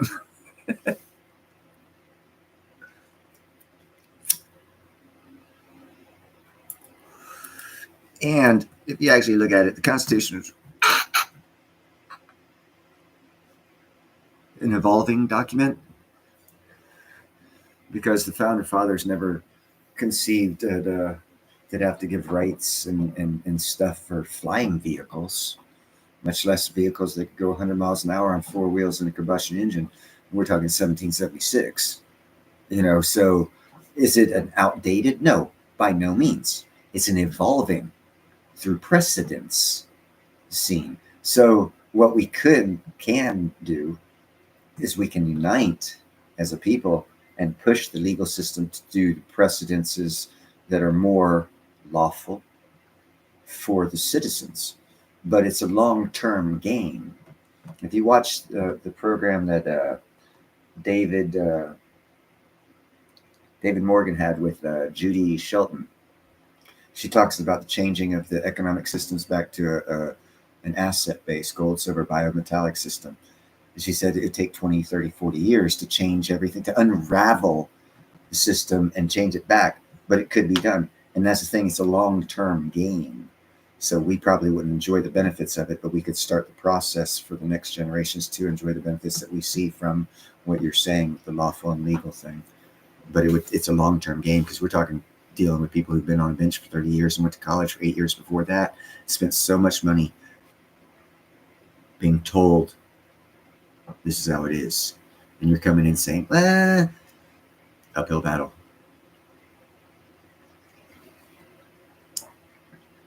But it can be fought also through legislation, which is an easier fight. Because if you get control of the politicians do things to change that. Still, it's going to be a long-term effect before you feel the effect, because you can change how they're trained and all this other stuff. But for the clog and the wheel and the machine to work, because it's so big, it would still take 20 years.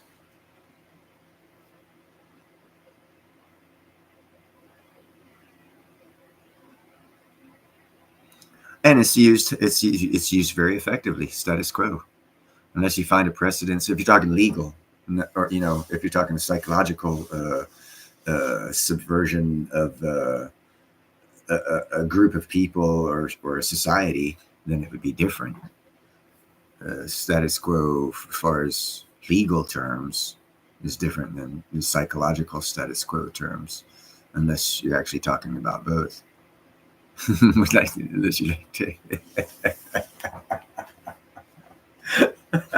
Yeah, we need to. I don't fish, but maybe one day we'll find a gold spot. We can pan some gold for a weekend out on a campsite and talk shit and smoke pot. I bet it'd be a cool conversation around the campfire. I'll bring the weed.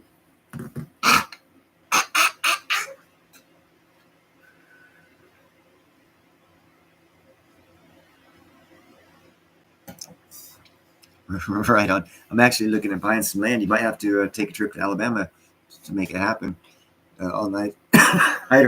Because I'm actually looking to buy some land in Alabama for that exact purpose. Not rock mining, surface high banking style. Because I was watching a show. Oh, let's change subjects, people. Max Headroom. Sorry, I like seeing it myself. I don't care if you do.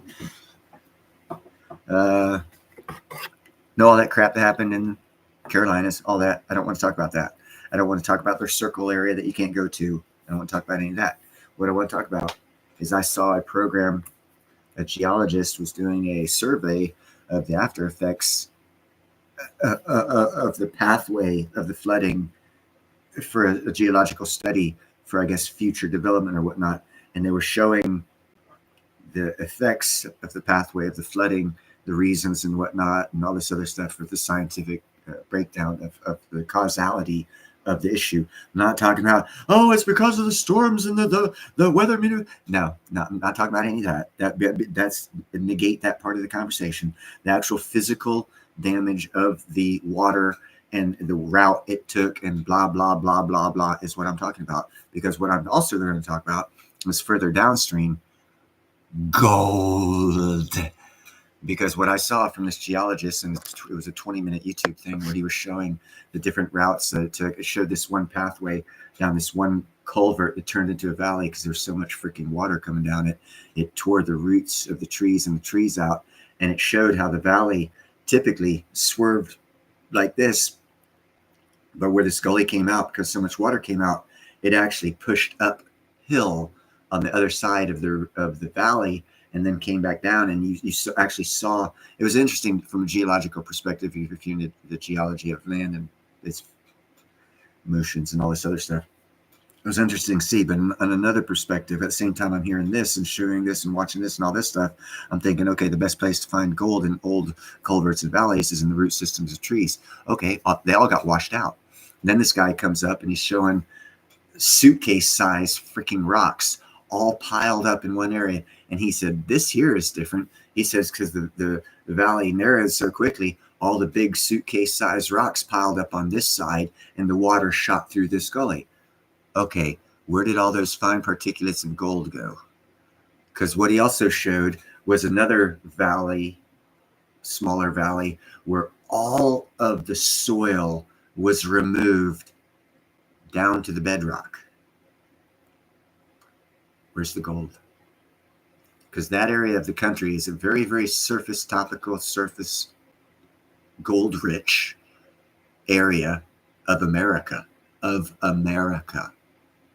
So if you go downstream, probably 20 or 30 miles, and you take a little weekend vacation and go camping, and you do a little bit of serious geological studies of gold, placement of gold through river deposits and blah, blah, blah, and go to the right spot and do a little homework by looking on the map and figure shit out a little bit, flows and all this other stuff, and you get to the right area. I say this because in Northern California, we had a dam spillway that broke.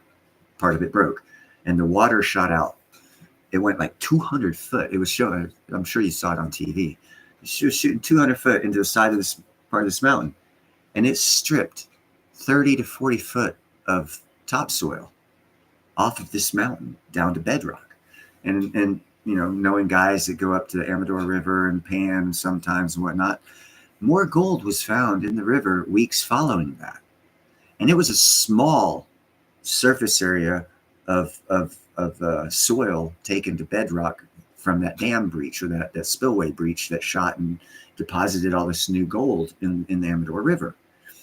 So that's small. That was a small little area. Now you go to the North Carolina, it's a bigger area. Lots of valleys, lots of gullies, lots of culverts were washed. Soil taken down to bedrock. It took gold. So if you take a look of a map and you start looking at it seriously, downstream, where you can legally go and not get a ticket for parking illegally or whatever, you could probably find some decent gold. Because like I said, I saw this geologist was videotaping, and the rock looked white. He said it looked more like what was the words he used? Oh man,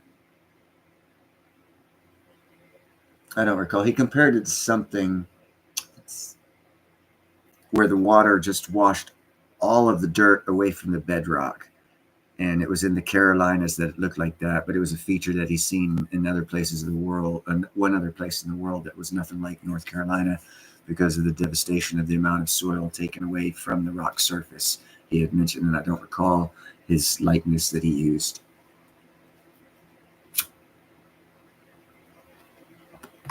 But there was soil taken down to bedrock. This gold been removed and freshly deposited into those rivers, creeks, and gullies. I would take advantage of it if you're around that area.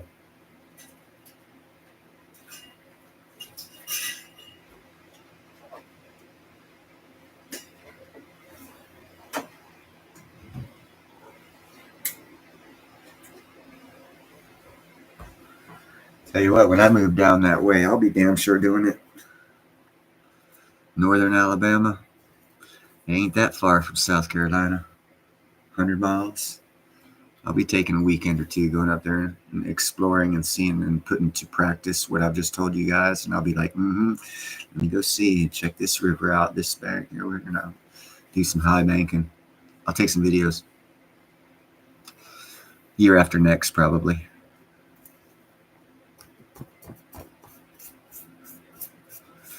Get some free gold. Because of weather manipulation, I'll profit. How's that for taking advantage of someone's war game? I'm not even a participant, and I'm going to profit off that crap. So anything else want to talk about any shit? Sorry, I went too long.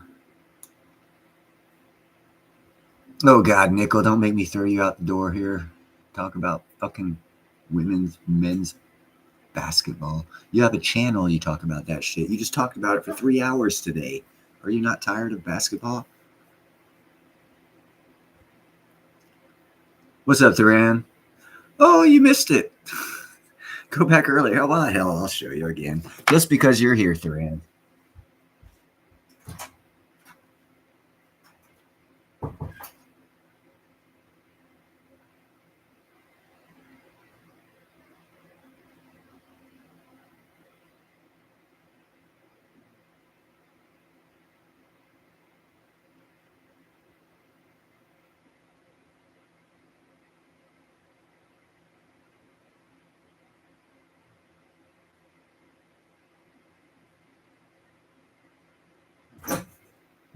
You're going to love this, brother.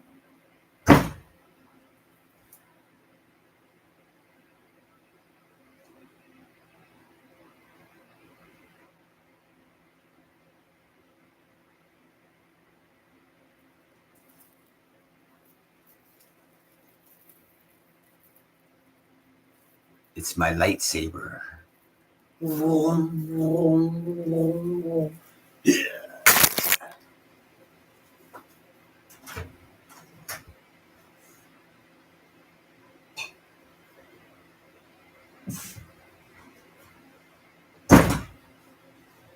Shit, now I got weed on the floor. Nope, nope, hey. I'm gonna smoke that little fucker.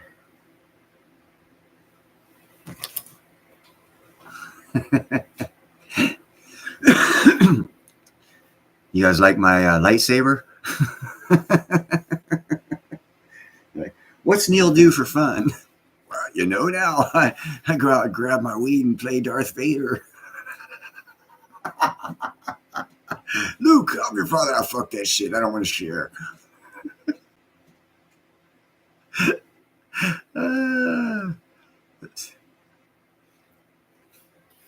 Yeah, they were. I'm glad to hear Thuran. I can talk to you.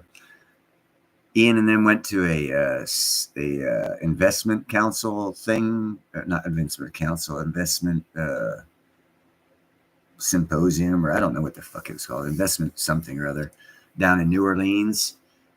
And they haven't got back home yet, and they didn't do anything. Ian didn't do anything for orders or anything, so that obviously is not gonna. I'm not getting it till convention. Thank you, JM. I'm not getting those 2 4-inch rounds till December sometime. Sorry about that, bro. I'm not getting anything from him. I'm not getting my gold. I'm not getting anything.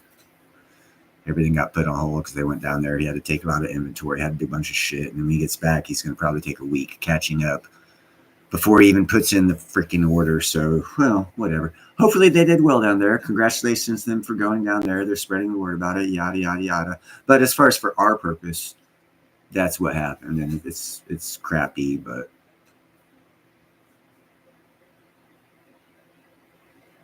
yeah, like I said, it's crappy, but Nox is slow and the earth is patient. It is what it is. And I just wanted to give you the explanation. I'm downtrodden, not disappointed. I'm totally understanding that it's a small market, a small entryway into the U.S. and the guy who brings it into the U.S. was quite frankly busy trying to promote it. So you can't hold no. It sucks. That's all. It just sucks. No explanation. Just sucks. No pointing fingers. No none of that shit. It just sucks. It is what it is, and it sucks. And we'll just get over it. And you have the explanation for why you don't have your shit this month, like I said you would, because at the beginning of the month, this was dropped on his lap. They actually asked me. He actually called me and asked me to go. I was supposed to go. It was supposed to be in LLC, myself and Ian, but I couldn't go. So Space Miner jumped on because I was like, number 2. I'm number 2. I am number 2. Huh. Or should I do this? I am number 2.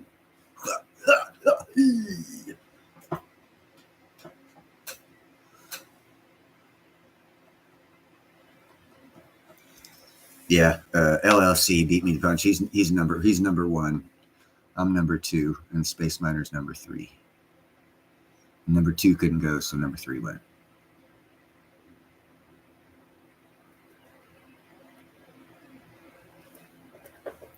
But I don't have a direct line to the fucking Osmium Institute in Germany. Only Ian does. All that's going to change next year. I guarantee you that.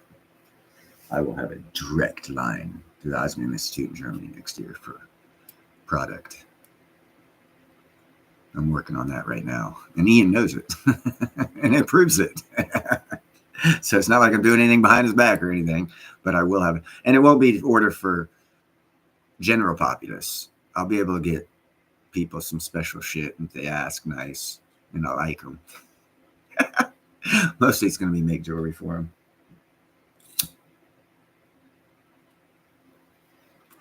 Partner up with them.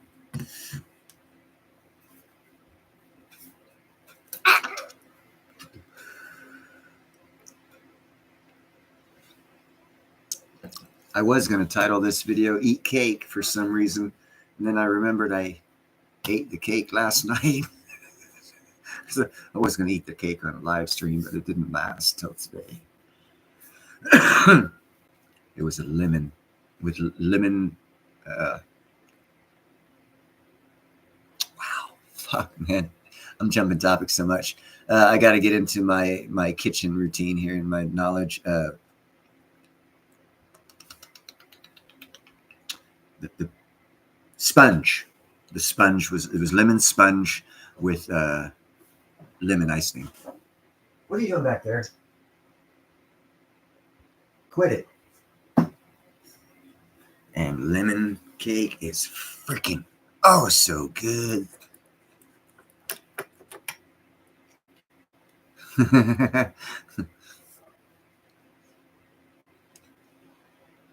No, yeah, you didn't see earlier what I got. I have a whole shitload of shit in jars down here, bro. I got probably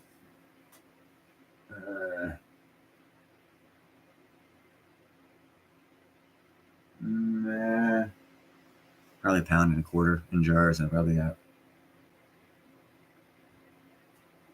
a good pound hanging still. It's got to go in jars.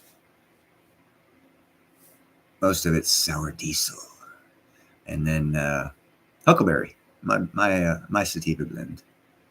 That's the one I'm selling most of. It's good if I have to deal with other people and I have to think, like if I know I'm going to like some sort of a discussion group for information exchange, sativa works best.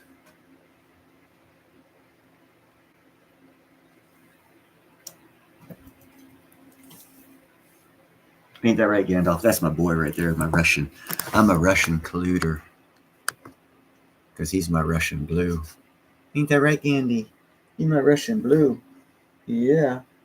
Look at that. Yeah, you sitting up on your back legs like a possum.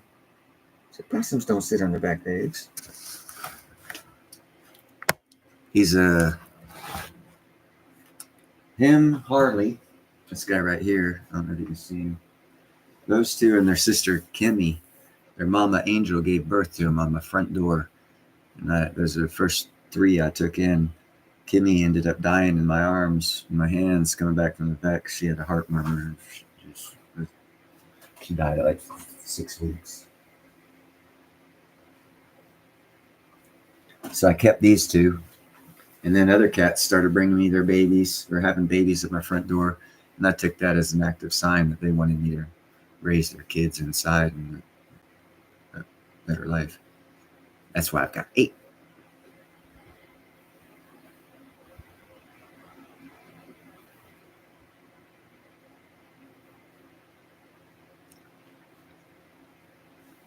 Too bad ham radio don't do picture. Video ham. That'd be cool.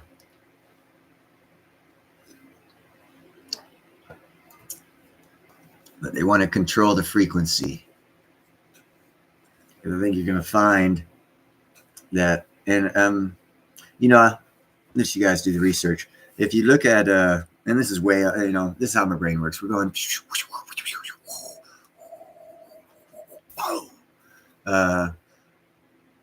to Egypt, hieroglyphs. You look at hieroglyphs. They got these guys holding sticks like big tuning forks.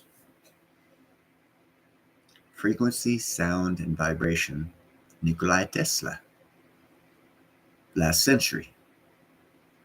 Frequency, sound, and vibration are all given off tuning forks. It has been found that you can make, on a micro scale, not 1,000-ton rocks, but on a micro scale, you can move things with sound. My hypothesis is that there was a technology that we no longer have. Probably they didn't gain of their own accord. That's why it's no longer with us. That allowed, thank you, JM, yes, sound and vibration, that allowed the Egyptian priesthood type, they gave them a staff, whomever, and this is in hieroglyphs, pictures of this staff. Looks like a tuning fork. Google hieroglyphs, random ones, just look through them, start looking through them, you'll see, and ask, what is that? Why is that? That looks like a staff tuning fork. I think they use frequency and vibration to move those big rocks. I'm not saying they built the whole damn thing. They might have, they might not have, but they definitely had to refurbish it. And it's evidence that it was refurbished at several different time periods.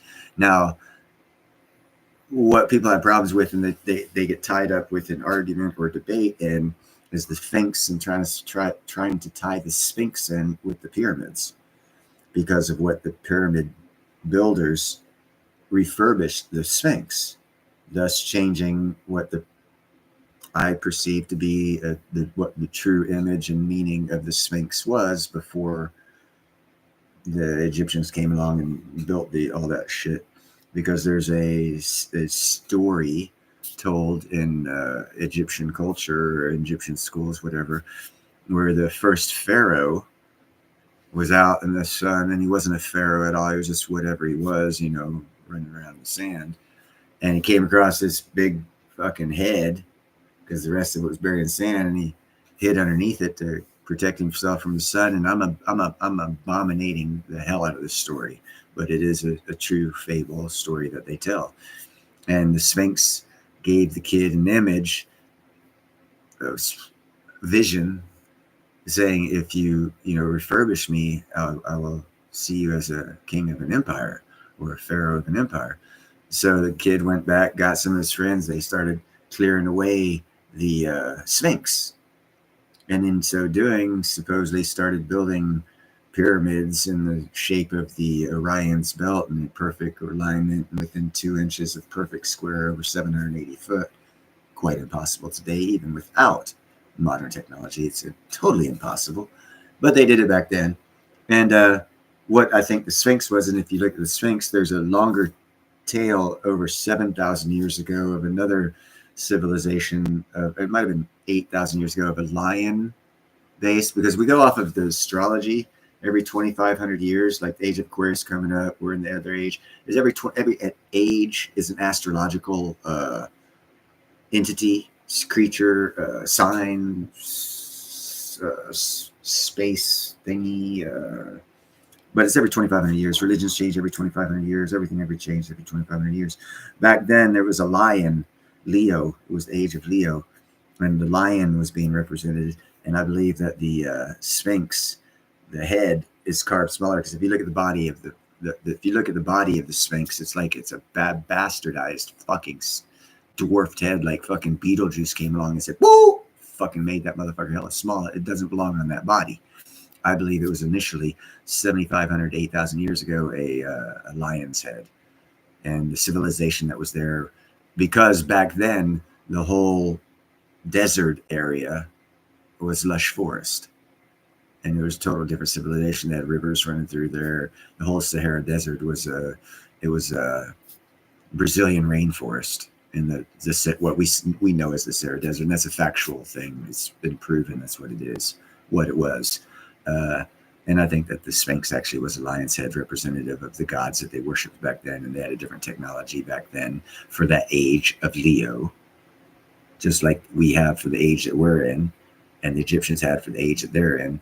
And the next age, the age of Aquarius, will have a different type of technology and belief system for about 2,500 years. And if you study religion, you'll find religion falls into about a 2150 to 2250 100-year cycles. Not cycles. Cycles means they come back. They don't come back. I think Judaism, true Judaism, and it's actually changed, is about the only one that's been around longer than that. It's actually expanded through 2 ages. So there's actually something to that one. But other religions, like if you look at Islam, it only came around in 700 AD. It was created, invented. I mean, newer religions here in America that are popular were invented 200 years ago. So, it's a control mechanism, and it's beyond our human control, which means there is a greater than us something, whatever your personal belief system is, that is controlling us, and they've got us on. We're like a petri dish, more an experiment in 2,500 years time scale. That's what we are. We just don't live 2,500 years, so we don't see ourselves as that. But if you live 2,500 years and you look at us and see how it changed, you'd be like, oh wow, that is so cool. It just repeats, and then they grow, and it repeats, and then they grow, and then it ends, and then they repeat, and then they grow, and they do it differently.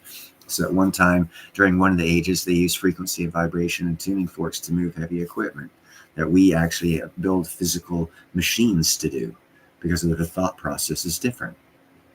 Cool. It happens. They didn't have science back then. We do. So we feel our time period is better than theirs because we don't fully understand their time period, because we don't fully understand time. There's bits and pieces that everyone understands greatly, but when you put it all together, no one totally understands it. But when you start putting it all together, it totally makes sense. We live on about a 2,500 year time scale before it resets, and we come up with a new thought process, a new math. Look at the Antikythera device. I think that's the right way of saying it. Antikythera device. They found in Greece, it's like 2,200 years old. I don't know. JM, could you please, if you're still here, type in the Antikythera device and see exactly how old it is? It might even be older. It might be like 3,800 years old. I'm not quite sure. There's a lot about antiquities that I know about. The age of them is different. I'm actually really interested in the 350, 340 BCE time period because of It's the Roman Carthaginian time period I'm interested in personally, but you come across lots of other information when you study that stuff.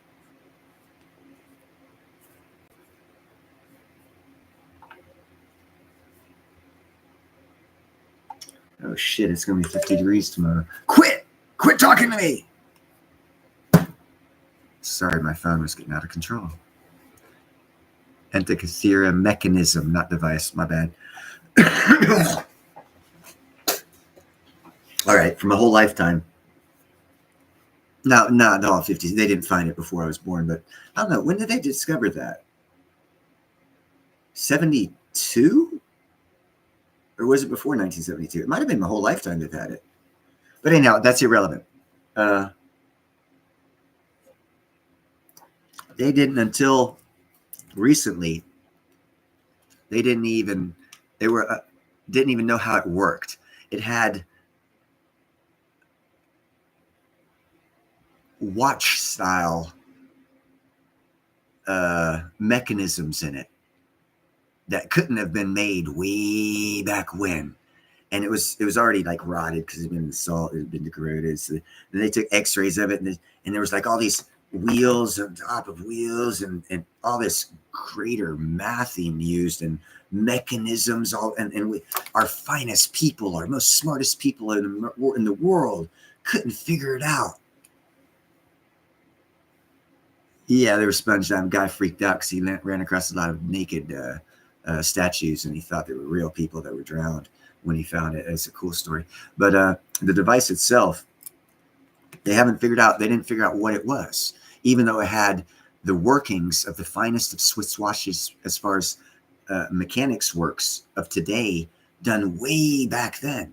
And they were like, holy cow, what is this thing? What were they using it for? What? And they put all of our scientists on it, all the greatest computers on it. And they were like, wow, what is this? We can't figure it out. It doesn't follow any principles we know of for any kind of a chart or anything with all these little wheels. It has to be for something, right? And then some dumbass said, well, hey, back then, didn't they base all their math off of the Earth being the center of the universe?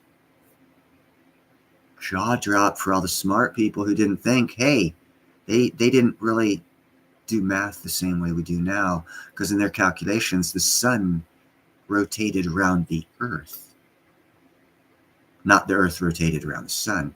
That slight little query of thought process enabled them to create the first analog computer that gave accurate to their understanding of knowledge and math at the time a sky map of the seasons.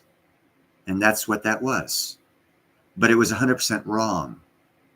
But it matched everything that was in the sky. So that made it right. And the reason why I know it was 100% wrong, because they used the Earth as the center of gravity and the center of the spin and everything, when actually it's the sun. So all of their math calculations were off, but they were still able to build the first analog computer thousands of years before our intelligent asses could do it properly with the math we know now. They did improperly better with improper math. That sounds stupid, but it's an oh my God moment. It really is. Yeah, it's basically an ancient computer. And here's another thing. Back then, they had the steam-powered engine. It was a kid's toy. And none of the fighting asses, because back then, during that time period, they were like city-states. Each of them were their own army. They were bloodthirsty. And they had this little toy. It was a copper round ball that had water in it. And you put it over a fire, and it had two arms that came out in different directions, and the steam caused it to roll.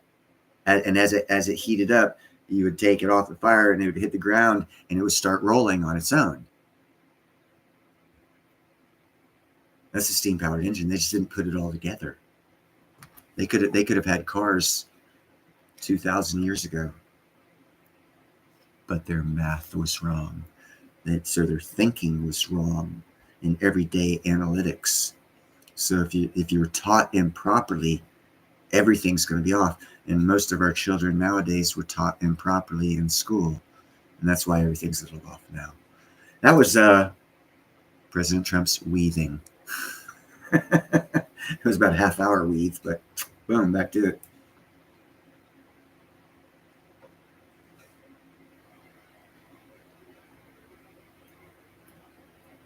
Yeah, so it's about 2,200 years, 2,150 years ago. About the same as the ages change, math changes. We learn something new, something different. We try the same thing differently and call it new. No, and I'm also there's a fourth pyramid of Giza that during World War 1730s, I believe the English king scripted a calligrapher. Is it calligrapher? A person who does maps by hand? I think it's calligraphy. He subscripted an expedition to go down to Egypt to do a lot of sketches of everything that was there, right? Because he wanted to see it and he couldn't go. And they came back with sketches and stuff like that. So you get those sketches, right? And then in early 1740s, the French king did the exact same thing with another calligrapher. And he went down from a separate, and these countries were fighting, so they had no reason to agree with each other. And that's probably why the French king did it, because he didn't believe the English king's calligraphy guy when he went down there to do it. So he sent his own guy down. And if you compare those to the maps we have today, those two back then are the only ones that show a fourth pyramid. There's only three now, and they supposedly go with Orion's belt. But I've seen the maps. The calligraphy maps digitized, not the actual real thing. I've seen the digital copies of them, and it shows a fourth pyramid on the southwest side of the smallest. Oh wow, how are they originated? Okay, I actually don't know from northeast southwest. I don't know the orientation of them now to be able to say. But if you have the big one here, and then the other one, the second big one here, and the smallest one here, it would have been up here on the map. So whatever that is, I think it's like northwest, but I'm not 100% sure right off the bat, so don't quote me on that. But those two maps of the 17th century from two different kings of two different countries show a fourth pyramid at Giza, not three. So where's the fourth pyramid? Because they still have to have, even if in World War II it was destroyed because the Germans found some whatever, and it was destroyed, there would still be in the ground the orientation that they used to square up the pyramid would have been indented into the granite that they used to build the pyramid on. So it should still be there. Sorry to go off on that, but I found that interesting since I took us to the Egypt thing.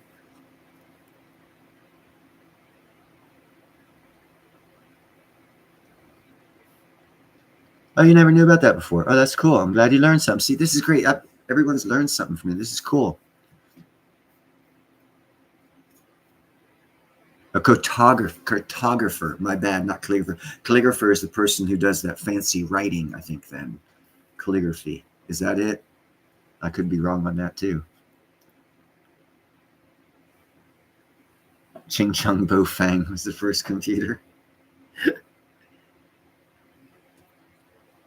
A cartographer. Okay, my bad. I can use this as an excuse. You've seen me load it twice.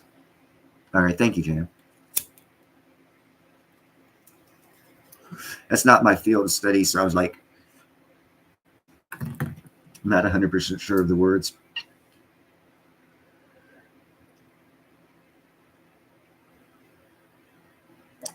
If I hung around people in that area, I'd have all that shit down pat. 2 or 3 days. I used to know good medical jokes. I used to be able to call people dickheads using medical terminology. And it wasn't funny because if you have to explain it, it's not funny. So even doctors, they knew what I was talking about, but it wasn't funny to them because they were doctors. That was their problem. If you guys saw my video, my live stream from 2-3 weeks ago, where it starts off with the Joe Rogan 8 minutes, those people were talking about how the Vanderbilt's personal lawyer started the medical training of doctors, in colleges that the Vanderbilts started to start training medical. So the Vanderbilts controlled how doctors were trained, and then they got into what was it they got into? Oh yeah, insurance and pharmaceuticals.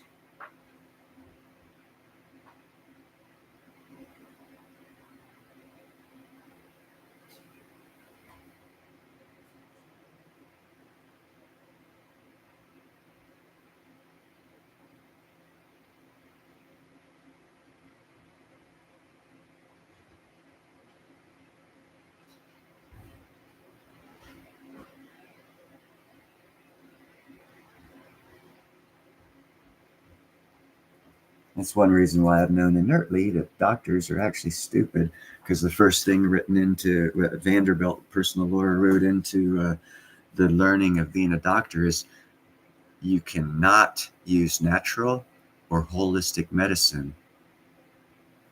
And they did that by saying you had to list everything as chronic illnesses, which holistic and natural medicine have nothing to do with. That's why no one knows about holistic medicine. That's why no one knows if you're having breathing problems. And then the first ridge between the center of your middle teeth on the inside of your mouth, you take your tongue and you feel your gum in your tooth. You go up till you feel the first ridge, press that area with your tongue, and then press right here and with your index finger and your thumb, and just inhale and keep moving the tongue around until when you inhale more than you ever have before. What you have just done is you've opened your lungs up through proven nerve touching technology, acupressure, proven science, and you've opened a pathway for your lungs to absorb more oxygen, and you'll find that you'll keep inhaling until you start freaking out that you're inhaling as much as you're inhaling. So you can actually control your heart rate yourself, because there's also an area in your mouth that controls your heart rate. But I don't want to tell you guys that because you might sue me, and I don't want to get sued. But holistic and natural medicine, there's a lot to it. And that goes, I don't really hail the Indians for being special. They did have their niche, and natural medicine was a pretty good one. But they were also wrong on a lot of shit too.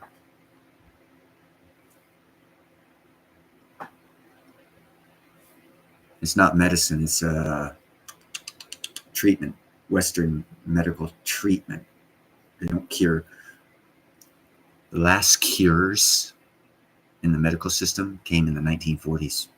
None have ever came since then. Fact. Check it yourself. Who was the last person to cure anyone of cancer? Ooh, did you even know that was a thing? Oh yeah, stage 4 cancer used to be cured. I can tell you someone to research. Good Dr. Max Gershwin, 1944, 1945, research his works. He went before Congress and proved he cured 4 people of 4 different types of stage 4 cancer. Proved it. And then he was listed as a quack and a nut and kicked out of America. Look what they say about him in Wikipedia. Woo-hoo! But go down and talk to anybody who has cancer. It's been to the Gershwin Institute, Tijuana, and their cancer disappeared. And ask them if they think he's a quirk. Yeah, as soon as you find out about the medical system, you won't trust what they have to say. Oh yeah, no, that's why I put the. Oh shit! Sorry, my screen disappeared. That's why I've got that whole thing set up. I got a whole shelf there set up for them, and why I put that piece of furniture there so they can look out the window. And up underneath here, you can have more cats look out the same window without getting in a fight, because the cats on top don't see the cats underneath. So I can get twice as many cats out the window without a fight.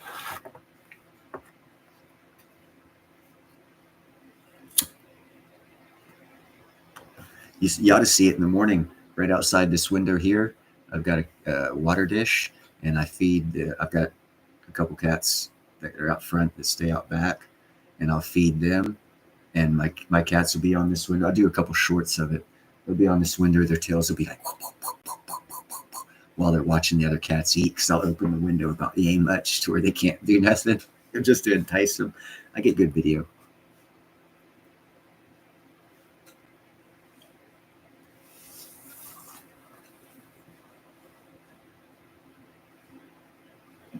Oh, sweet. I'm actually when I moved to Alabama, what I'm going to do is I'm actually probably going to have, and this sounds fucking stupid, and I don't give a fuck. If I have the money, I'm going to do it because I'm single and I don't care. I'm going to have a screen, well, a roofed thing that holds. I'm going to put solar panels on, but it's going to be outside one bedroom window of like a 3 or 4 bedroom that I get because it's just going to be me, so I don't give a fuck. And I'm going to take that window and leave it open, and I'm going to have like a screened in area for the outside inside cats to go outside but not be able to go outside past the screened in area, so they can still experience outside, and outside cats can go up and they can interact through the screening, but the inside cats will still come inside. If it's like raining or too cold, the inside cats will still come inside.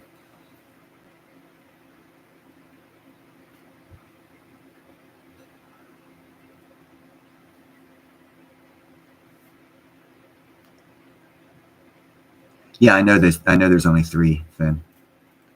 That's why I say if you go, because what they tell you about, if you look at all the studies they've done on the 3 pyramids, one of the studies they've done is a study of square 3, 4, 5, 6, 8, 10. If you know anything about building, you know what I'm talking about.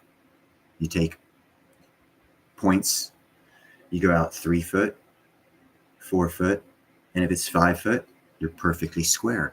And if it's not, you adjust your lines until it is, and then you go to the other one, do the same, pull a line there through, and see if you're actually square for however long it is. Well, what they did is they engraved it into the bedrock underneath the sand so that they could get, and they have it on the largest one. It's 728 foot one side, and it's 2 inches out, over 728 foot.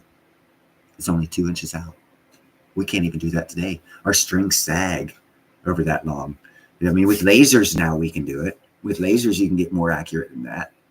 Without lasers, you couldn't get more accurate than that. And it's embedded, a little rivet that they use to base the starting of their cornerstones.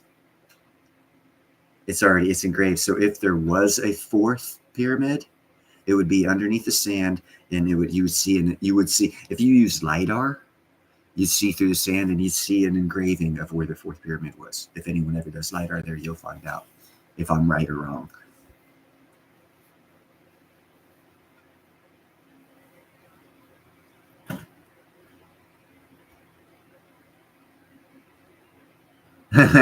Yeah, I've got like 4,000 kitty cat shorts, but I also have almost 1,100 good videos on at Niels Hahn Dynasty. I have categories. I think most of them are public. I don't actually know what they are now. Thank you, JM.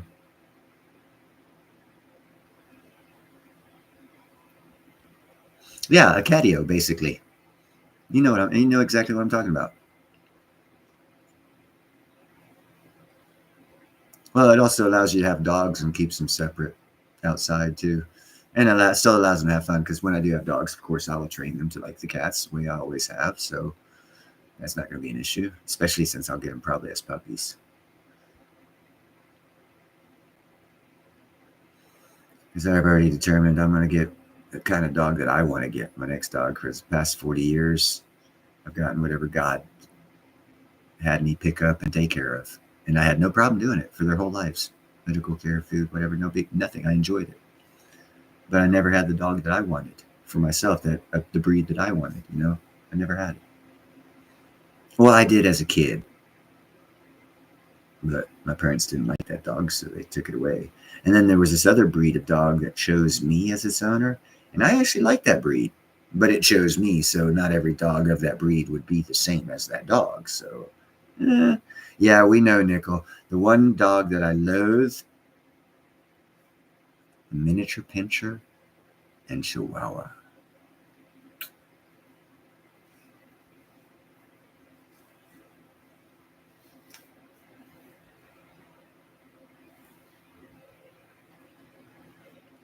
Oh, you never heard of one before? Oh, well, that's just because us crazy people do that for our kitty cats. If we're well enough economically to be able to afford it.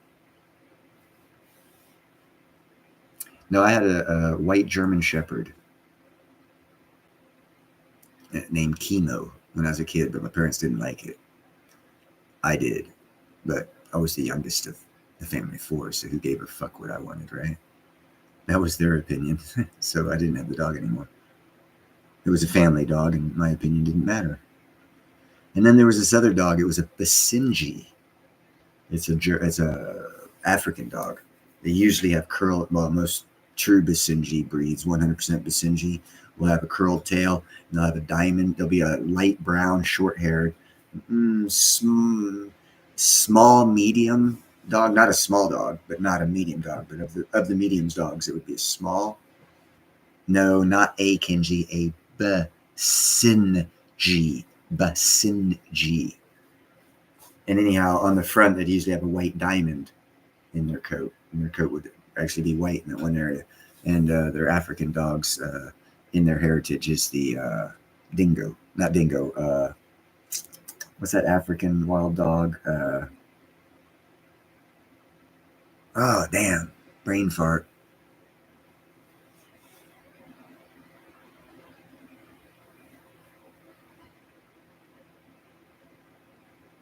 Yeah, exactly. All nighter. That's why the two dogs that I actually like were bred for. The only problem with German Shepherds is the hip displacement. And that's just because they're big for their size, and that actually happens to humans and other big things too. You know.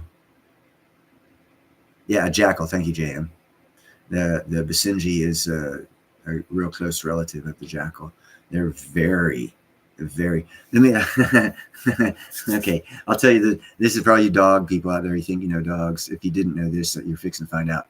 This is how a Basenji fights. And like I said, it's a little dog. It's like a Chihuahua. It's like twice the size, maybe 2.5 size the Chihuahua, but it's a thin. It's like I said, it's a small, medium-sized dog. What a Basenji will do is they will get a Basenji. Yes, a Basenji. Yeah. They will get another dog to chase it, and then they will jump and in midair go into force splits and hit the dirt. And because they're in the force splits, they'll be able to stop themselves, and they'll reach up with their head and they'll rip the guts out of the animal that goes over them. And that's what Basenjis are good for. They're very small dogs, but they'll kill bigger animals with ease. And they also climb ladders well. I was on the top bunk of a 2-bunk. That dog always came up and slept with me, and I didn't help him up. He came up that ladder, boom, no problem. But he chose me, and that's the problem with the Basenji. If you get a Basenji and it didn't choose you as its owner, you're not going to get the full experience of a Basenji, and you might have some issues.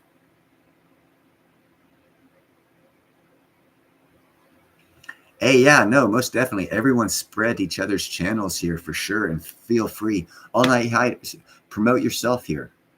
All of you guys are Blue Riches. Nickel, promote yourself. JM, promote yourself. Everyone, promote everybody. I have no issue. Please do. Indeed, that's what my boy Ninjas does. He's all about promoting other channels, man. We are the new news channels of the 21st century. Hey, Ellie, what's up, girl? So, I mean, I have people like A Million Restaurant Tips, who was here earlier. Oh, here's Silver. Here you go. Whoa, come here, boy. He likes, he says he doesn't watch anything as far as TV news goes. He only watches YouTube stuff, and when he wants to know about stuff about like Africa and West Africa, he always goes to my channel, because I usually have that kind of stuff on my channel. Here recently, like I said, I don't know why I've been taking a break, but I go with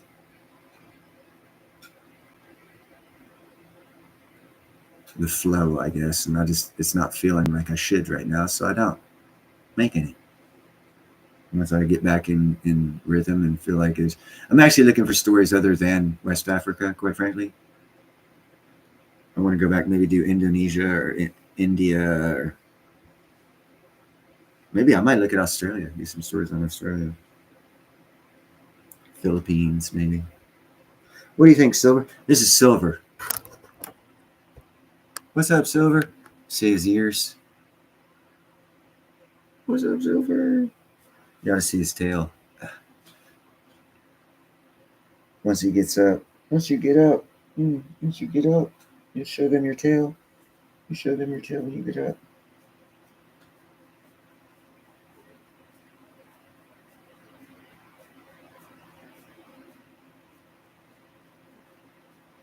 Oh, so we're doing music next time. When is your put up here when your next show is, Nickel? He's got a pretty good show where you guess the time that the song or movie or TV show, and also movies, actors, stuff like that. He does a point system game. It's pretty cool. And Arch Silver and Gold and Osmium is a good place. Very fair pricing. If you don't want to like spend hours looking around for the absolute best price, minus shipping this or there's always they always have a scheme. There's to get lower prices. There's always a step that's got to be lessened to save on expense.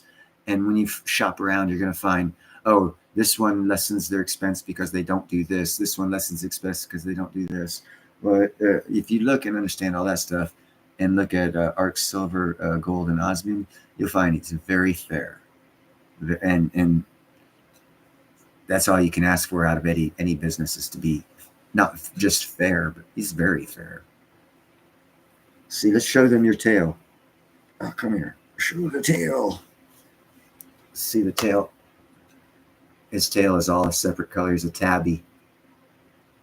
That's why I call him Silver. Because he's silver, but he's got a tabby tail. Ain't that right? He's got these two little bat ears. Got 2 bat ears. I look like a gremlin. I'm a gremlin.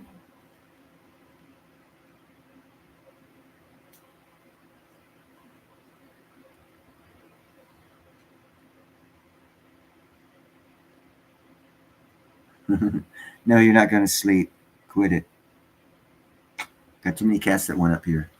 You occupy my time too much. Here, go on the bed. Wow, where are... Okay.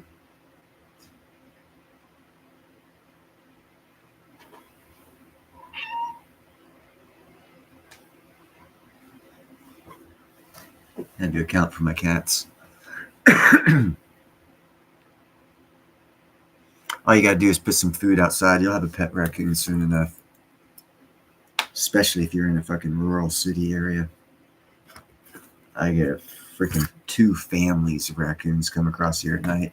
I bet if I go outside right now, I'll probably disturb one of them finishing off the cat food. I actually quit. I don't give them any. I don't give the outside cats any dry cat food after like 3. So that way the stragglers that come by will eat most of it, where the raccoons won't get too well fed. But if you want an actual pet raccoon, look for an albino. I'll be right back. Hold on a second. Hold on the fort.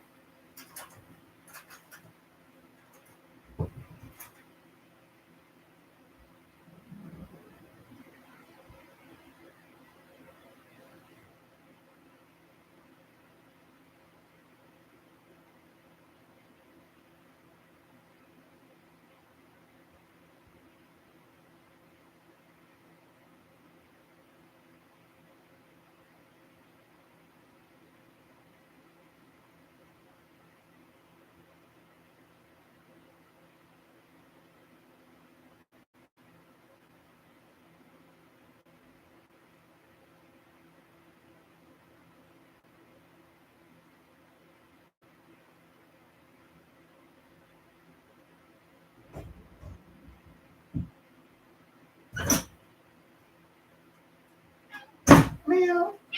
Meow.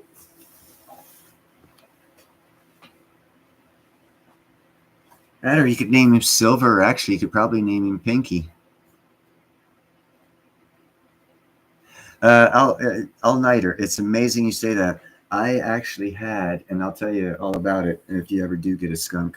I had an albino skunk for about a year. A friend of mine in Pensacola, Florida, after quit. Who is it? Quit.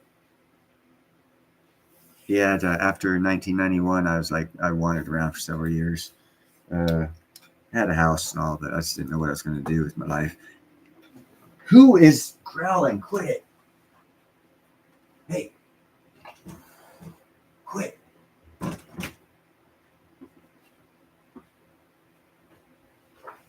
Anyhow, he had an exotic pet store, and I've always gotten along with animals, no matter, Misha was a Siberian 625-pound tiger I used to play with. Her two kids I actually helped train when they were younger. I got a lot of animals, but he'd give me animals that were not humanized, and I'd keep them for like 6 months or a year until they humanized. One of them was an albino skunk. They had descented, had its scent glands taken out. An issue with the skunk is when they get wet, their sweat glands are the same as their scent glands that they spray with. It's the same musk. So if they get wet, you're still going to have that muskiest smell from them. I personally don't mind that smell, so it didn't bother me. A lot of people that smell does bother, so you have to watch out for that, even if they're descented or had the scent gland removed. Their natural body sweat when they get wet it won't be nearly as pungent. It won't really be pungent at all, but you'll be able to tell it's musky, very musky, more so than a fox.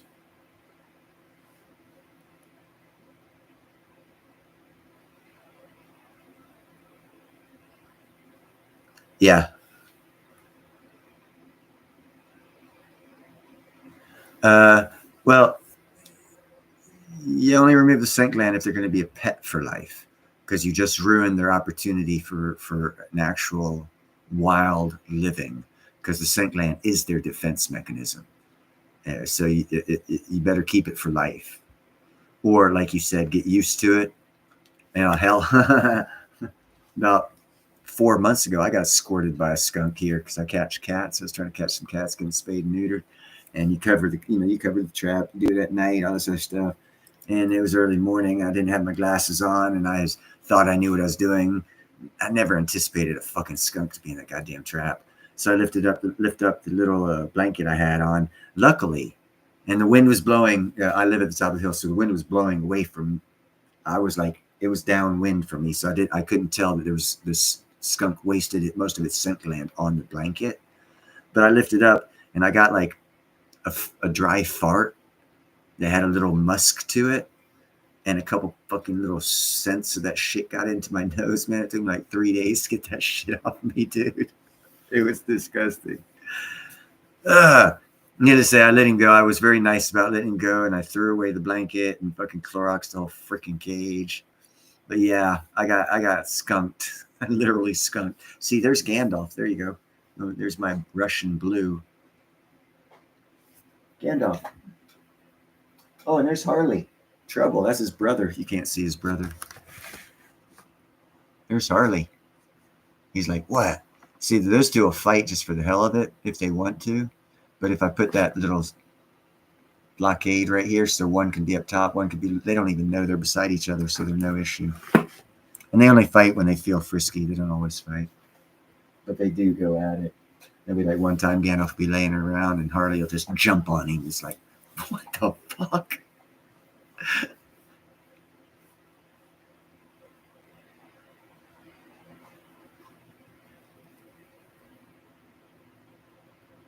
Well, JM, you are 100% correct. Or not life in danger. It's not only that, it's instant fear produces that same reaction. So in other words, like if you startle a skunk, it'll give you that reaction. It won't be in threat of its life, but it'll give you the same reaction if startled or instantly, like that. Its first reaction would be spray. So yeah, in both scenarios are why it sprays.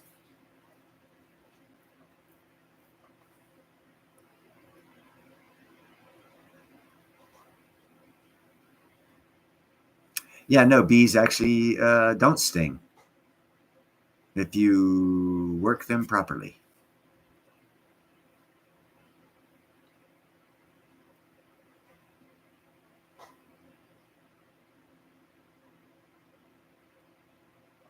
I know I had my old partner when I was working the bee thing. He's actually, dude, you think I'm smart? This motherfucker, I shut up when he spoke, okay? I only do that when I learn shit or I don't know what the hell I'm talking about comparatively to other people around the table. This guy had like 180 IQ. He lives right, had issues with his wife, but anyhow, COVID shit. But we'd talk about anyhow. He's a big dude. He played at University of Iowa as a lineman actually when he was in college. He's 40, 50 years ago, a long time ago, 40 years ago. So he's a big boy, right? We'd go out, and we're in California. There's little hills, my ass, pretty big hills. We found this one area when I came when I came up with a bee highway to capture swarms, so we could load up with free bees rather than pay $300 per hive. I got them for free and then started selling them because that's just how I think. We were going up this hill, had a pathway to it, and we were going to set some bee traps to capture some bees, right? And it was a well-traveled path by other things, right? His name's James. he's a big boy. He's like 6'4", 6'5", 260. He's a big. I say big boy. He's like I don't know. He's probably 61 now, 62, but he still gets around. I mean, he still gets around. He's not like in a wheelchair or anything. And this was like 10 years ago, 12 years ago. And I was beneath him. He was an uphill from me. I was downhill because he was putting a trap on one side of the tree. There's an oak tree that was low to the ground. I was putting a trap on the other side. Next thing I know, this motherfucker bolts next to me. I've never seen someone move that fast, right? And I hear him yell, "Skunk," as he's passing me. Not before he passes, but after he passes me, he's like, "Skunk." I turn because I was like up like this, and I see him. So I'm like, he yells, "Skunk." So I turn this way. There's this damn skunk. Big son of a bitch. Looked happy, healthy, beautiful coat and whatnot. So I was like, holy shit. Because there was only one way to go. The way towards me. I'm like, oh, hell no. These things can see about 30 foot. After that, they can't see. It's just, it gets worse and worse. It's a little shadow. So at about 40 or 50 foot, you can still move. They won't even know you're there. So luckily, he was 60, 70 foot away. I started bolting faster than he was coming down that hill, right? James and I we ran about a quarter mile as fast as we fucking could, get back in his truck, just sat in the truck and was like, we sat there. I didn't have this prototype, but I had another prototype. We lit that son of a bitch up, waited for that skunk to come down. Then we went back up. It was one of the funniest times I've had.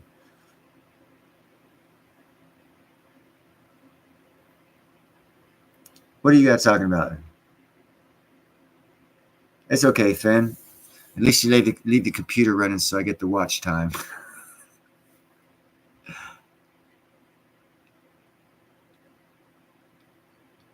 Who are you guys talking about? Toilet's flush when she walks by. I missed some conversation telling that story.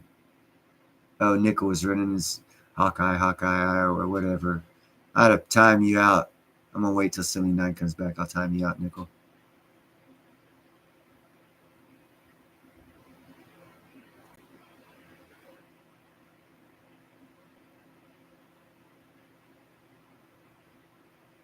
I don't trust Sylvester Stallone. You need to check into him and his family and what they do and whatnot. I don't trust that boy. He's tied in with Hollywood. Big time. Tied in with Hollywood. Keep watching. I don't trust Sly. Sly. Good name for him.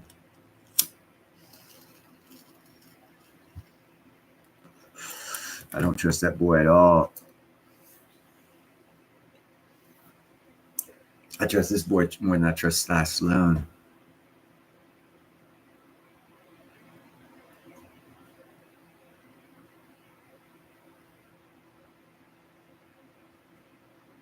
Oh my God, all-nighter. Hope you got paid good, bro.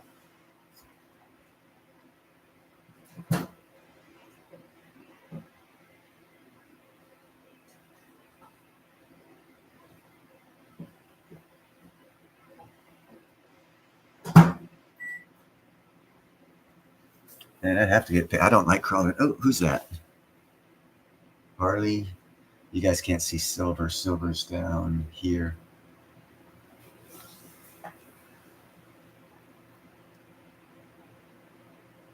Yeah, I've got a large trap and a small trap.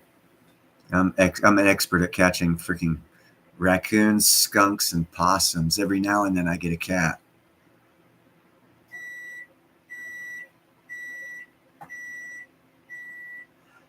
Yeah, one thing here in Vallejo, I found out that it's illegal to catch raccoons and relocate them. It's illegal. This town actually made a law stating it's illegal to capture and relocate raccoons.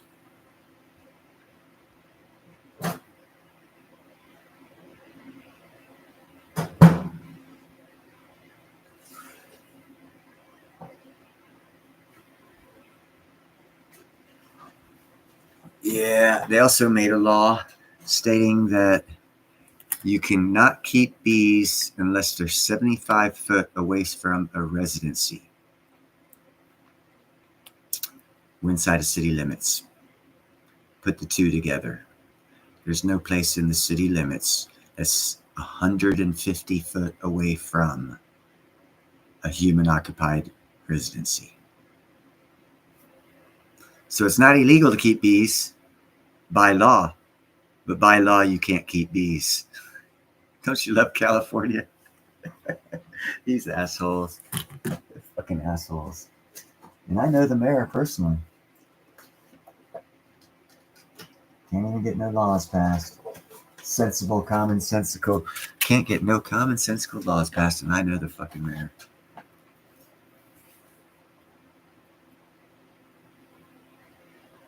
You know, here's an interesting fact about possums.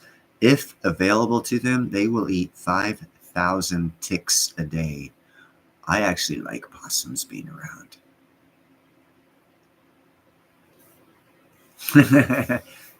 Get in my tummy. I'm hungry. I'm going to eat you. Relocate.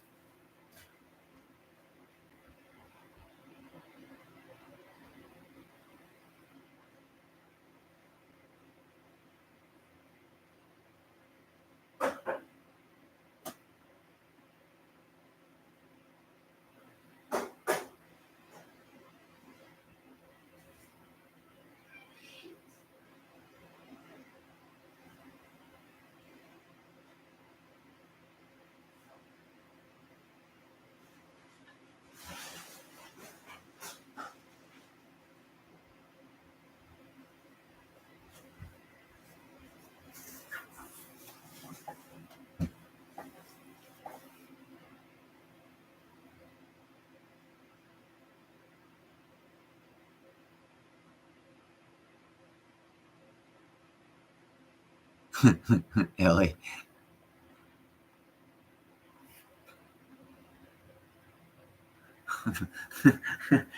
he took him to a far off place. Yeah, I'm sure he went outside. Boom!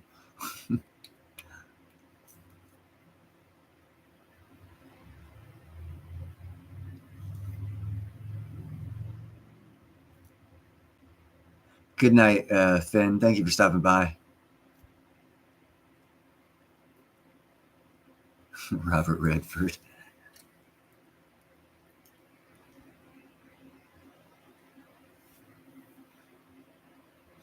Oh, we have this place, kitchen supply place, 2 blocks away.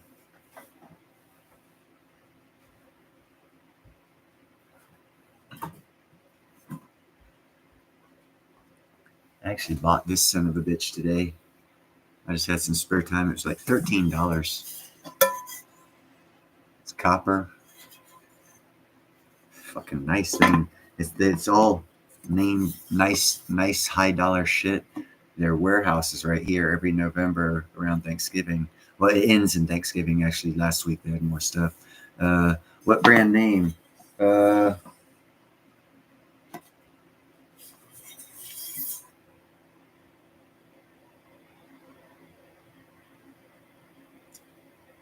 I don't know if that's a V or a heart. I'm gonna say it's a heart and say Ashera, Asha, Aisha. I don't know actually, but that's it there. Whatever that name is. Yeah, whatever that name is. Aisha, Aisha, or if that's a V and not a hot, Vaisha. I think it's a heart though.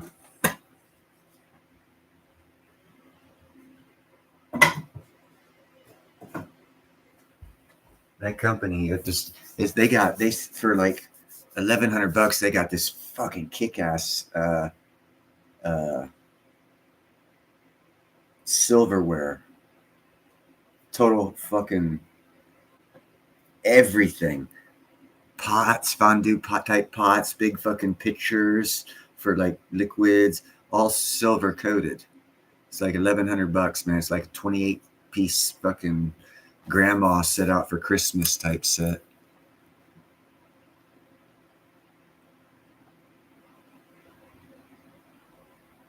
I have no idea, Ellie.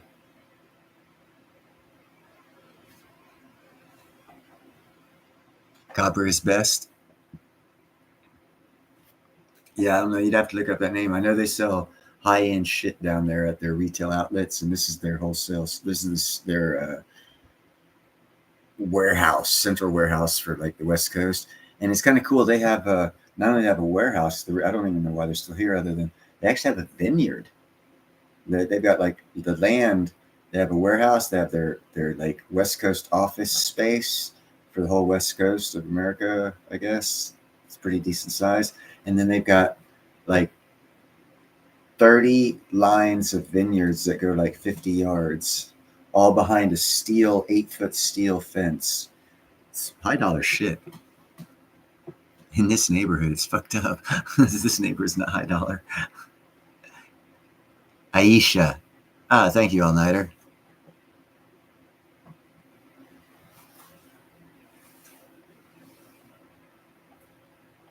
Well, it probably is bad for us, but you know what, Ellie?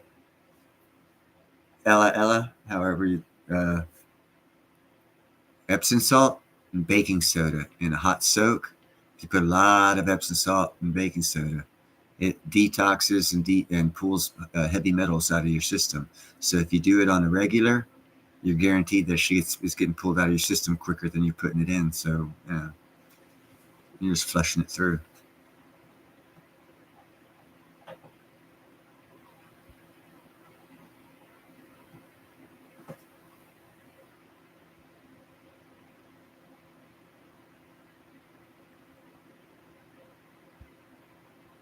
Epsom salt. And then if you're really into aromatherapy, Dr. Scholl's has a liquid Epsom salt based aroma, like bubbles, bubble bath type shit. The aromatherapy on it is freaking, if you're into that kind of shit, it's pretty cool. I never really was into it because when I was a kid, I fucked up my nose with cocaine. But here, as I'm getting older, I'm getting my smell back and stuff, and I'm finding aromatherapy is actually beneficial for me. And I've been trying different brands of the Dr. Scholl's bubble soap, Epsom salt aromatherapies, and Ashwana is pretty good. The mind soothing ones are pretty good for me. So I add that, but Epsom salt and baking soda.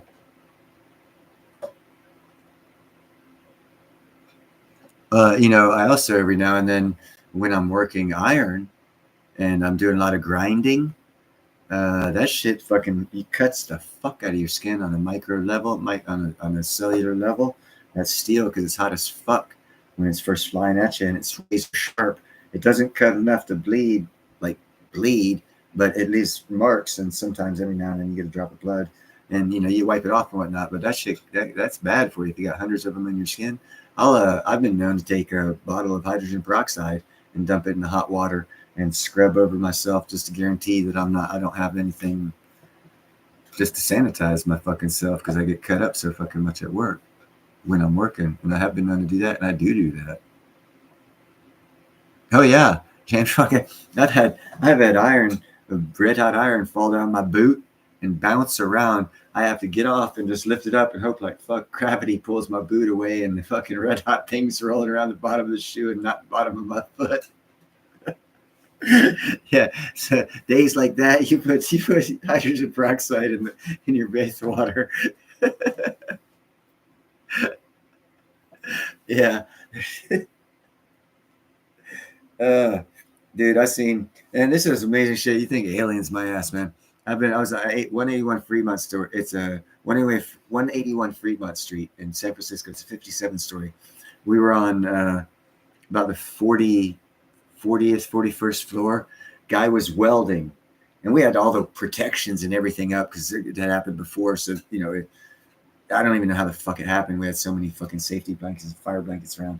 But he was welding on the north end of the building on the 40th floor, and a piece of slag, metal, red hot burning. There was flame coming off it. It was so fucking hot, but it was metal. It came out of the fucking blanket somehow, and it went down. And I watched it because I'm a safety coordinator, I'm trained safety coordinator. I got to do reports and shit like that. And I watched it, and it fucking circled the damn building. Because on the south end of the building, starting at the third floor, and we had shit covering this too, but it was a restaurant, something else, and the third floor was a daycare center. And this fireball came down from the 40th floor, whooped around the fucking building, still on fire. Little ball about like that. Landed on top of this shit. I fucking started running my ass downstairs. It was like 37 floors, man. I was like 2 steps, half floor, 2 steps, half floor. Fucking just hitting the sidewall. Boom. Fucking running down. Fire. We didn't get the fire hopping on the radio. We didn't get the fire off the kids' fucking school roof. Fuck, we had a couple lawsuits on that shit, bro. It sucked ass. I mean, it was now. I mean, it's funny now. It's funny as hell now. But man, oh my god, it was terrifying. There's several times I've been terrified as fuck on a job site that I'll laugh about now because it all worked out. I mean, after a couple $1 million got paid, it all worked out. It wasn't my money. Oh shit.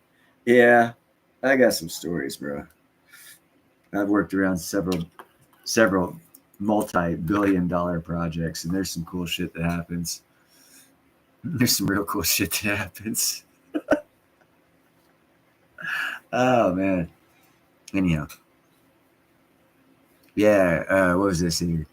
Welding slag goes dumb. Yes, it does. As long as it's not down my shoe, it's all good, though, as far as I'm concerned. I'd rather have a topic of a kid's school building. We can put that out and deal with the parents' feelings later. Burning foot, that actually fucking hurts and makes a mark for a couple of days, and you walk funny, and it's hard to heal because it's the bottom of your foot and you got to walk. It's like, oh, hey, speaking of which, if you do have an injury on the bottom of your foot, use honey. When you wrap it, use honey. It is proven. And if you're diabetic, foot injuries are actually the hardest to heal. Use honey. This is not medical advice. This is sound advice. And if you research it on the holistic medicine part, you'll find out it's the best thing you could ever fucking do to heal your wound. Because modern science can't do it for you. And that's a fact. God's honest fact. If you're a diabetic and you have a foot injury and you go to a doctor, you're going to be going to him for a couple months.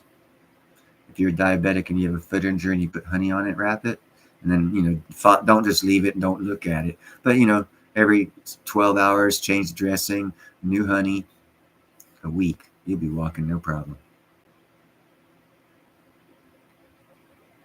Yeah, it's always better to get natural local honey. I don't trust and I will not recommend any. The only store or name brand honey, not even store, but name brand honey that I would recommend. And before I say that, I'm going to say disclaimer. It is the most defrauded or frauded honey out there because there's only like 3,000 pounds. 3,000 pounds of this honey created every year. It's called Manuka honey. Original Manuka honey.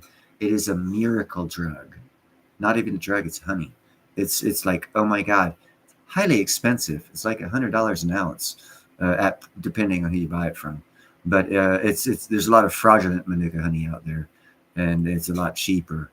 But it's worth the money to go to the source, a New Zealand company, order straight from them, pay the freaking outrageous price. The health benefits are ungodly.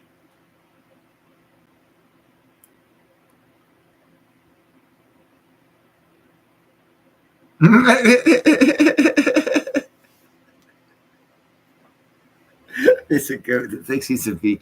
But hey, goat's milk's also very healthy for you.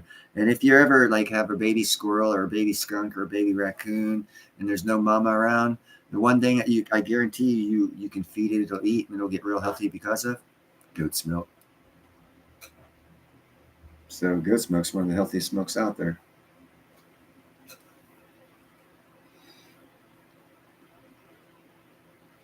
No, it's probably from China. No, don't buy honey from a store. Go to the farmer's market. You should have a farmer's market somewhere around. We have a farmer's market that hits 5 days a week at different areas of town. No, not a farmer's market. Excuse me. Let me rephrase that. The vendors at the farmer's market have the availability to sell their wares in 5 different locations in the city because they like, what the hell is that hospital called now? We have a hospital 14 blocks down there, Kaiser Permanente. On Wednesday, they open up part of their parking lot to it's called a Whole Foods sale. It's the farmer's market. And the same things down at the farmer's markets down at the Kaiser Permanente.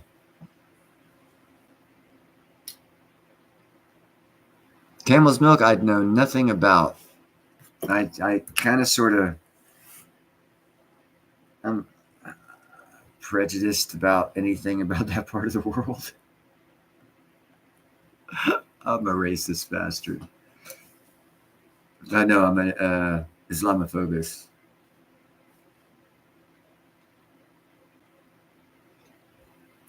I had it real well because I'm semi-intellectual, but because of being a semi-intellectual and going back to the 500 year, not 500, 2,150 approximate year ages, between 1,250, 1,150, somewhere around there, ages that we go through. It's just out of place as a concept. It doesn't fit in with a 10,000 year time period of any evolution of any other religion out there. It came in late. It's unaccepted by, and it's unaccepting of all other things out there that consider themselves religious.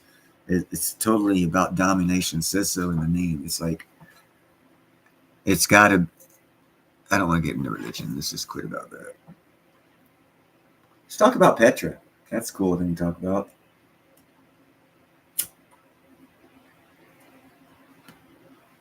Petra's a real cool thing to talk about. Fucking city carved into the stone that housed thousands of people, and the amount of stonework they did was so precise we can't even replicate it today. Anti, what's up?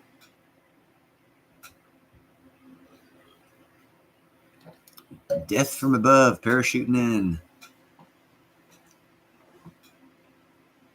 Yeah, they got 1 or 2 hump camels. Actually, if you look at it, the camels, they had camels in America as well.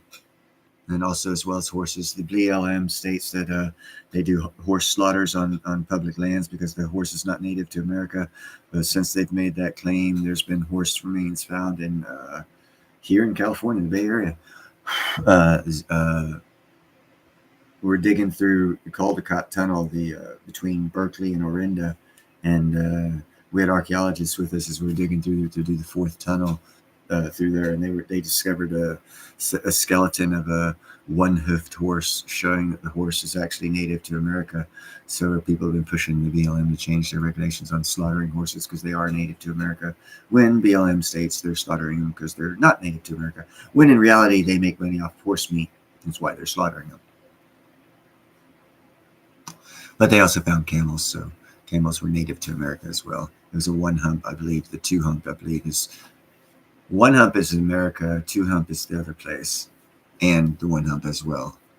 I believe. I'm not 100% sure on that. Archaeologically, I'm not, like, it's been a while. It's been years.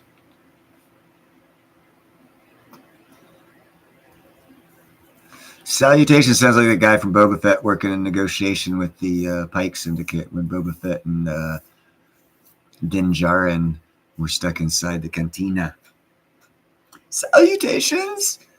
I come in peace. I have but here a pamphlet for terms of negotiation for surrender. Christopher Pick, it has been a while, my friend.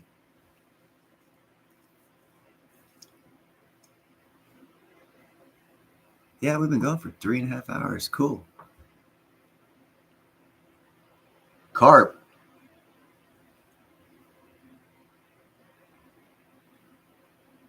You know what is funny? Speaking of seafood, and off subject, but on subject, since we're talking about whatever the hell I want to talk about, since you guys have to just talk and chat and I can run my mouth. It's easier to run your mouth faster than you can type. Russia took the Alaskan king crab, and there's a river on the northwest of Russia, right above Norway. There's a couple settlements there, Russian settlements. They were having problems with food, so Russia seeds that river with Alaskan king crab because they can do well there, and they bred so well that Norway, the crab made it up around and came down. Actually, to you guys, it came up the Russian River to the north of Norway, came down and started going down the coastline of Norway and started eating everything, and became such a problem that now Norway is the #1 exporter of the Alaskan king crab to the world because of Russia wanting to feed their people in the Northwest. Interesting, huh? It also destroyed a lot of the ecology of the northwestern part of the Norwegian coastline. Well, for which they're trying to actually build a waterway. Since we're on Norway, they're trying to build a waterway around that same area, a tunnel through the mountains to get the ships to go around to some real bad area where they always wreck. That's a big digging project going in the world that no one's talking about. It's a waterway passage thing. Goes along with the Northern Passage being opened up by Russia. It's a subscript of that consequence. They're going to make a lot of money because of it. And they're getting ready for it, building a tunnel through a mountain because of the Northern Passage going to be able. What, Silver? That's Silver. If you can, yeah, you can see him. He's right there. He's talking. It's probably a cat outside.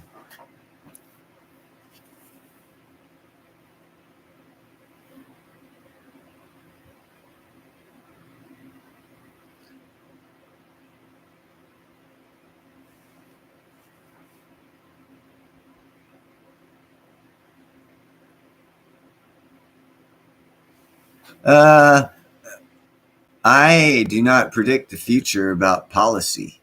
Policy can change the future with a stroke of a pen. What I say is buy silver, platinum, crystallized osmium because they are fundamentally devoid of policy, fundamentally undervalued. And the only one of those three that's actually going up monthly is crystallized osmium. And there's charts to prove that. Gold goes up, goes down. Yeah.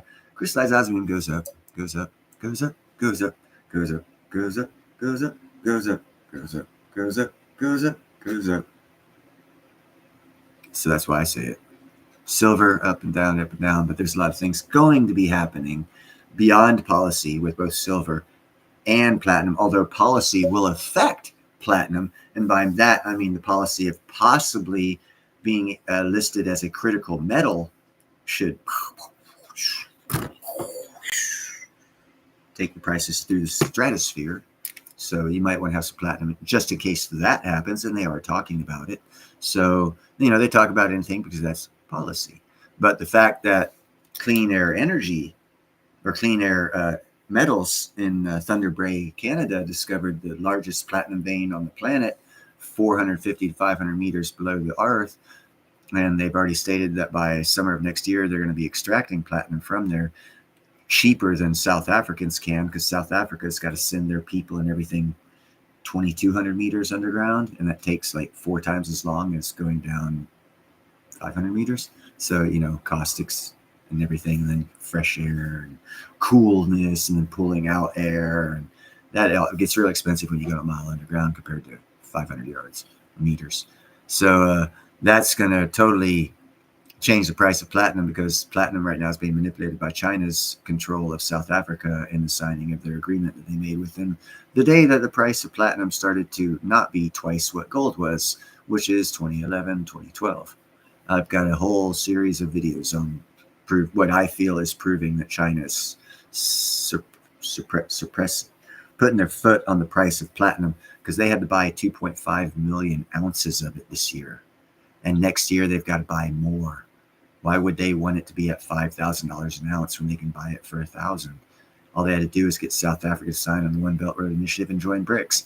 Boom! They controlled it. There you go. And have an illegal organization controlling the South African government. Oh, which you have, which is why South Africa is the murder capital of America, and 27,000 people die every year. And their largest industry, employing 3.25 million people, is the security of persons industry. It's kind of self-evident. They're destroying South Africa intentionally to rape their resources so they can take full financial advantage of it. That's what China does. Look at Pakistan. Pakistan will even tell you. Pakistan gets handed all the free weapons from China that Pakistan could ever want. You know what they do with them? Send them straight to the recycler and buy from America. Their excuse? Chinese weapons don't work. Don't want to use them in a war, bro. Sorry.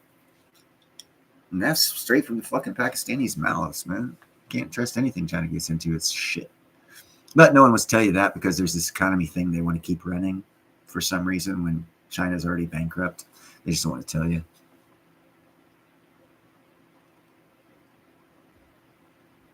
Okay, hold on. Let me get back here. I ran off on a stint. You guys kept running your mouths and you didn't let me catch up.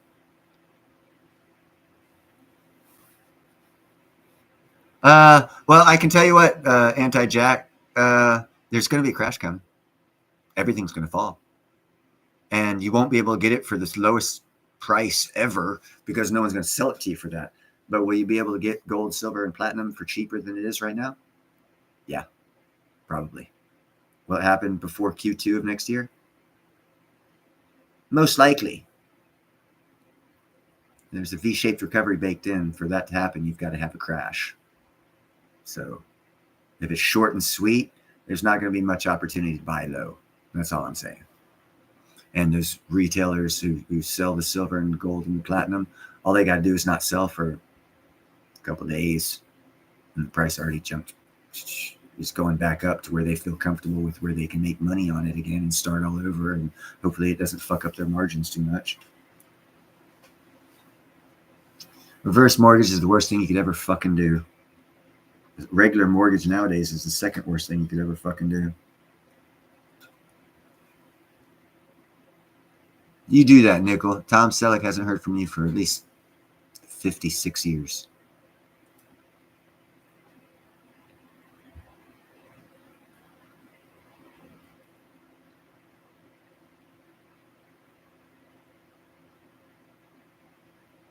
Well, what you guys got to consider is why would the dollar continue and what really, okay, think 1971 and you're getting rid of the dollar that's backed by silver and gold.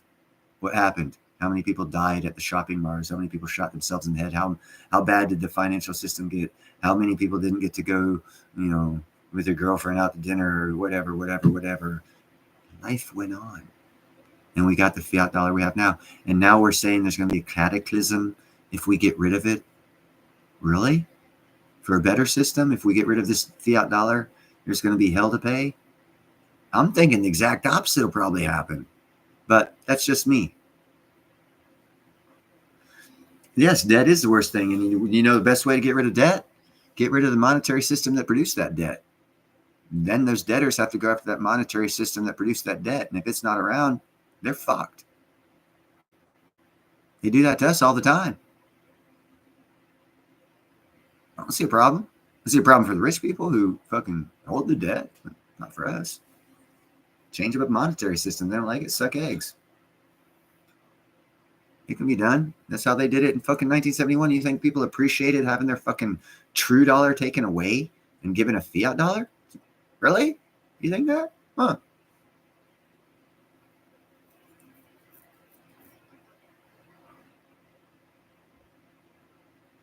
Yeah, it was designed for 50 years. It's gone 53. We've already been raped.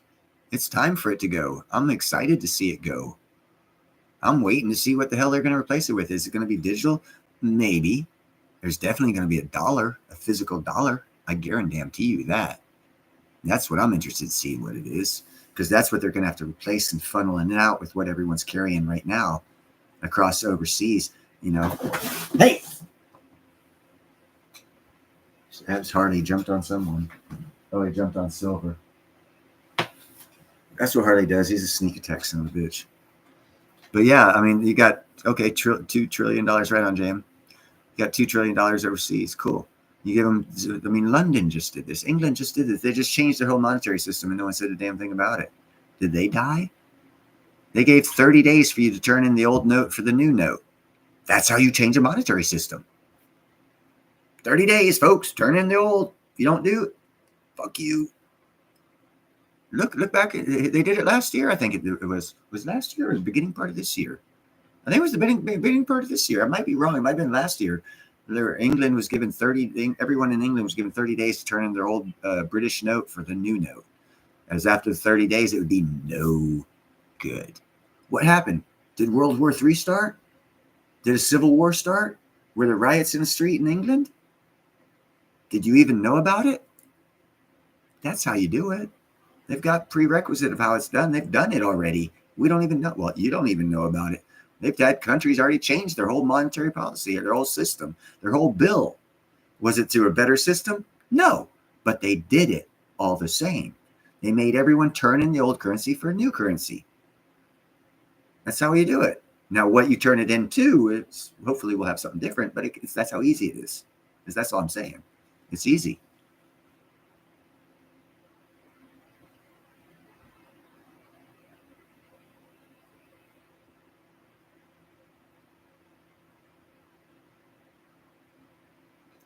I think the best thing you can do, buy some land and research where you're buying. Because you can really do good if you buy some land, or you can really do shitty. Do your due diligence, and you can really do good, because there's a lot of free gold to be had out there. If you know what you're doing. If you don't know what you're doing, do some research. Find out what you're doing. And then you'll know that there's a lot of free gold to be had out there. Because I'm not some idiot that says, buy silver, platinum, and crystallized osmium. Fuck gold. I ain't paying for it. I'll find it. I'm not a stupid idiot. You are uninformed on how much gold that you can actually get with modern technology that just came around 3 years ago to gather said gold. I watch YouTube programs of guys going through tailings of guys who got all the gold ever. There'll never be no more gold. We took it all. And these guys are going through their tailings getting gold. No digging involved. They're running through shit that someone else already ran through because their technology wasn't good enough to capture it. Technology now is. Wow. How easy it is to get free gold. A little bit of work. Take your family out for a barbecue in the weekend, camping in the right spot. Come back with a quarter ounce, half ounce, 3/4 ounce of gold. I know it's a hard thing to do. Pay $2,500 then. I'm not.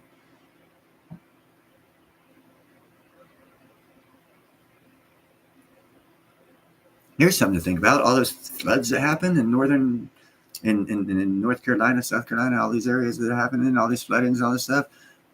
Okay, watch Google geological survey reports done on flooded areas, and watch it. And you'll see guys showing you pictures of how trees were washed out and how everything was washed down to bedrock and how suitcase-sized rocks were moved and all deposited in one area. And each and every one of those scenarios say, okay, hold on, let me see. Where do you find gold in old ravines? Tree roots. Okay. Where do you find gold in old ravines? Exposed bedrock. Where do you find gold in old ravines? Underneath boulder size or suitcase size rocks. All of those just got exposed. Meaning all that gold just went through a sift, or a, what do you call those things? A sluice box, a natural sluice box. You take a map and you look at it. You see all these areas that were flooded and the way they went. All that gold just went that way. Yeah, there's poor people. Oh my God, oh my God, oh my God about it. Get past all of that. Get past all that. This is immoral. This is horrible. This is hell. Look past all that shit and find out where the first place that gold would be deposited. Because there's 20 times as much gold there today as there was 2 months ago on that riverbank 200 miles south of there. That's what I'm saying. Free. Thank you, weather manipulating humans at DARPA. Thank you. I'll take advantage of your domination of world weather pattern war. If it's going to happen, it's going to happen. Take advantage of it. I just gave you a reason to take advantage of it. You can see images, a video. I saw a 20-minute video. There's bedrock, exposed bedrock in some of these ravines that was covered by 7 or 8 foot of earth. Angel's gold down to bedrock and stripped clean. All that gold, all concentrated. Where? Find out. Do some research. I'm on the other side of the country. I'd be out there right now for a week, fucking camping, sluicing, high banking, taking the modern day technology that catches Angel's gold, and I'd be probably getting a 1/4 ounce a day easy. No better way to go camping than to make money doing it, huh? Take your family, let them have a good time, go out there and do some work, make some money. It's easy. And you can make your money back on what you paid for the sluice off the first couple grams you get. There's guys that got videos out there on Lake Michigan beach sand getting gold. And you're telling me that a whole half of a freaking state could get washed down to bedrock, and there's no extra gold sitting around somewhere in some ravine downstream? Logically, I think there would be. I think there'd be a shitload, actually. Looking at the devastation down to bedrock, because I look at Northern California again. We had that damn spillway explode, or something happened, and it started shooting out 200 foot of water, hit the side of this hill, stripped off 40 foot of topsoil down to bedrock. Talked to a couple guys. There was a lot of gold in the river after that. And it stripped that whole thing down, exposed a lot of gold. All that sediment exposed more shit, pushing it all downstream. And a lot of people made a lot of gold who thought about it, who was already going out there picking up gold. They quadrupled the amount of gold they got after that happened. That was a small one little area. North Carolina, it happened in a big area. So I'd say probably more than 4 times the usual amount of gold will be downstream. I'm thinking probably 20 to 30 times the amount of gold will be downstream. Finer particulates. You ain't going to go down there and say, "Woo, here's that 500-pound rock I was looking for. Look at it. Ooh, Jordy." No, none of that shit. I'm talking about the fine particulate shit. It's going to be down there and concentrate. Lots of different areas. Outside of your death zone, war zone, climate change zone, space technology, killing Americans, drilling for oil and liquefied uranium and whatever the hell is up in those mountains that they murdered all these people for. Get over all that and go beyond that zone of stupid and get you some money, because it's laying there for free. Don't buy it. That's all I'm saying. It's a perspective. You can sit here and feel sorry or go make money. It's a choice.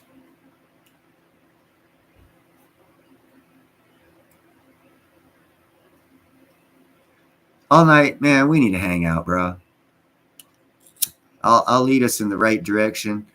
I'll bring the weed. I don't cook good. I'll bring some fucking hamburgers. You'll have to cook. And you drink. You gotta bring your own. I don't drink. I'll bring like milk, apple juice, water. But we'll have a good time past that. Bring a high banker, shovel. You have a good fucking weekend camping and make some money, man. Seriously. It doesn't have to be a job. You can have a good time out camping, screwing off, shoving a little bit here, run your shit, say, woo, go smoke a joint, whatever, go back to it, and get some free fucking money and have a good time. It's a good weekend. What else are you going to do? Sit down, watch football in your ass, fucking gain 5 pounds of fat around your heart? You get healthier outside, too. Oh, that's good. I like that. Yeah.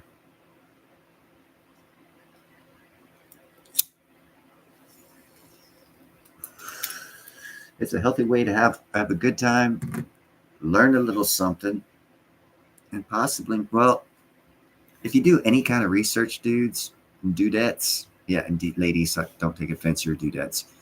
Dudes and dudettes, a little bit of research in the area you're in, even if it wasn't flooded out north of you, with the modern technology of the high bank sluice, if you actually look at the area you're living in. I saw this video. This guy finds gold every time. He's out here in California, in a rural area. It's not much. He finds grains, but he still finds it inside city limits, rural areas, not totally paved areas, because he finds old creek beds and shit like that through Google Maps. He uses Google Maps, and he just does a little bit of research. Doesn't find a lot of gold, but if gold jumps up to 60,000 an ounce, getting a couple grains be a lot worth a lot more than it is right now. So if you know how to get it, it'll be easy. And if you go to the right spots, you won't be getting a couple grains. This guy was concentrating on inside a rural city. If you go outside a rural city, more to the zones where it's actually the base of where the gold's coming from, you're going to get a lot more.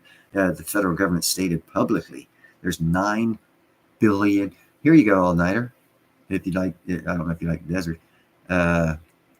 The federal government stated there's $9 billion of gold in the Southern California deserts, the mountain desert areas. 9 billion. Not mining, not digging, hard rock mining, plastering, high banking, metal detecting.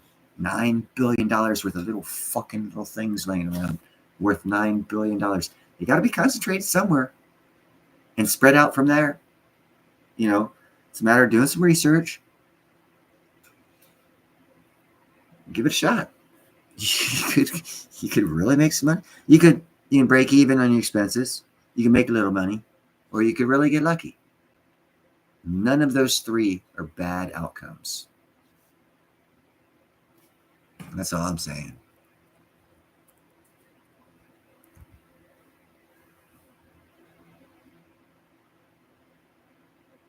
I call the NFL the National Felons League.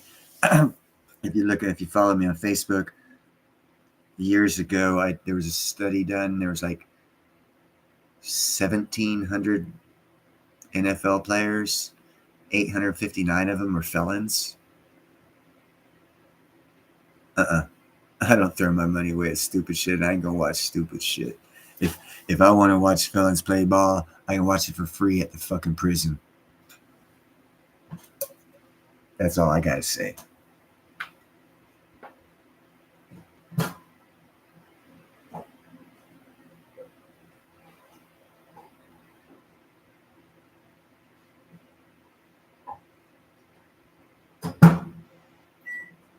What's that movie? What was it? Burt Reynolds played. He was a prisoner that played football. It was a prison football league, and they went up against the guard football league or some shit like that. That'd be more entertaining to watch. That movie would be more entertaining to watch than fucking football. Because they had some good scenes with some good actors in it. They had Jaws, who played on 007 as a bad guy, had him in there.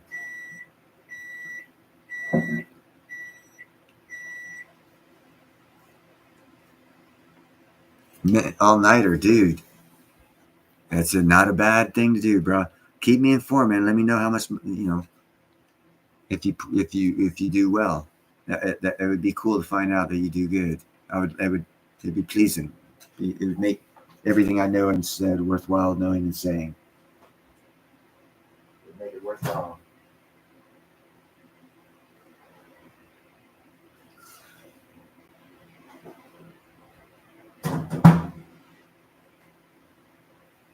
I know it sounds crazy, but it makes me feel good when I know people take advantage of opportunities that I don't have the ability to take advantage of at the time, but I still know the knowledge of.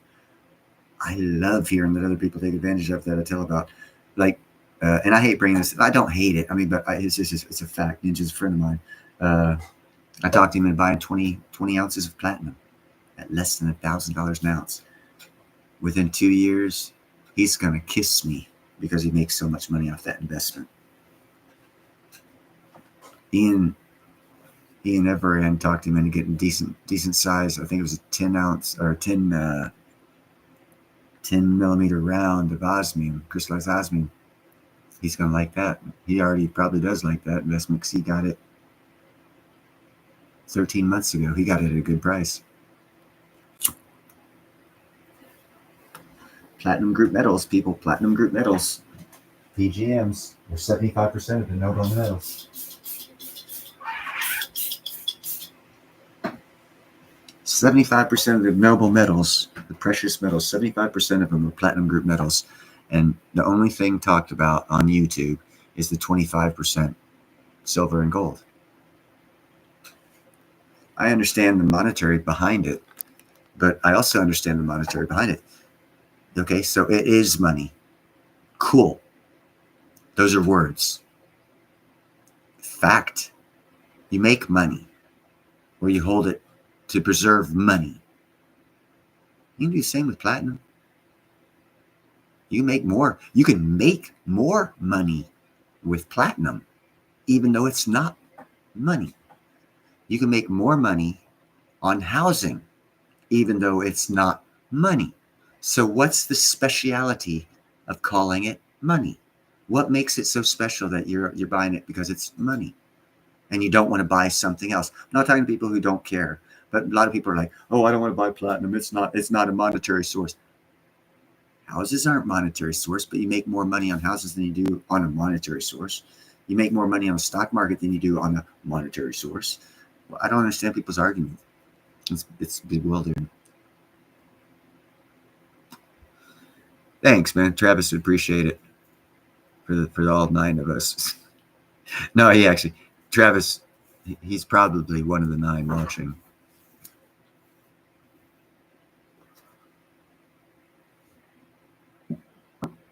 Thank you very much, Ellie, for stopping by. I appreciate you stopping by, girl. This is my normal Sunday. I do this every Sunday. You know, all-nighter, check this out. I did a video, 2 videos actually. The Phoenician bead. Google it, 1700s. It was a glass bead in the 1700s, Europe, used as money. The reason, because we were just getting into making glass. It was hard. Not everyone could do it. And it was a limited resource. Someone took advantage of it, started trading it, using it as money. So for these people that say gold and silver are money, well, let's buy glass beads. Because historically, they also were money.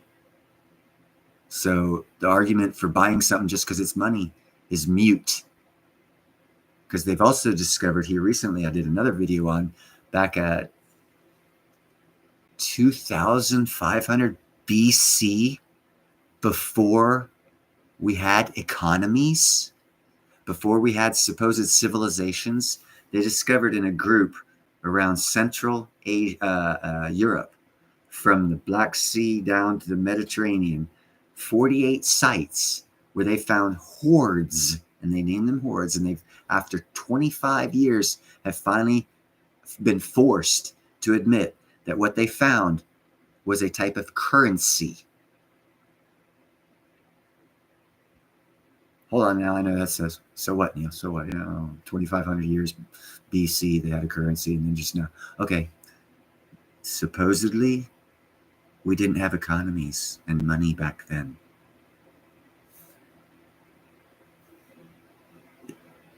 See a problem with history, money, cash? You know what they were using? And another reason why it took 25 years and like 400 fucking different archaeological studies to look at it and proclaim it to be money.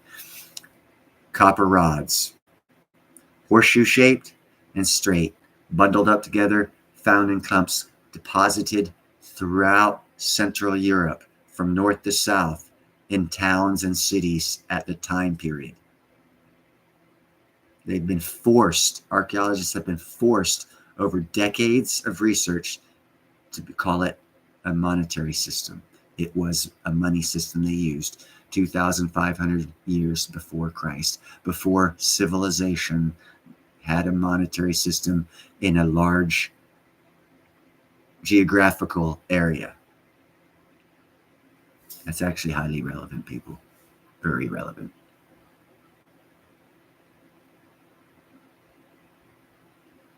I don't like clowns. I actually like clowns, but clowns actually can be very freaky.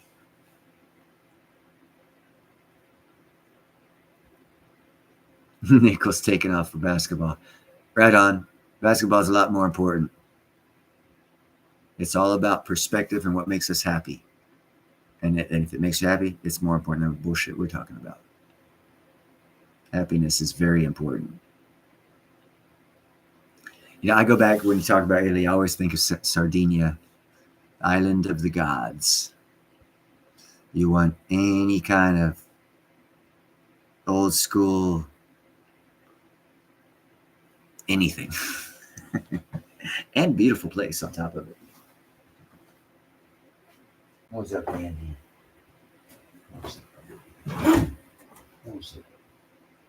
They got statues just like where those statues, the Pompeii statues are buried. They got statues like that on Sardinia. They got old forts. They got walls that are, I think, older than the Chinese fucking 3,000-mile wall, the Great Wall. You don't hear much about it yeah, it's a bar. Exactly. It's a barter instrument. And that's why Christopher said it best. That's why the Venetian bead in the 1700s or the 17th century was considered money, because some industrious bastard who came up with the glass blowing technique to be able to put a color in the middle of the glass took great advantage of the time period and decided to determine it as money, just like central banks nowadays, and fabricate a fiat system. In this case, it was a glass bead. Again, proving that it goes on. It's gone on through history. It's revolution. It's rotational.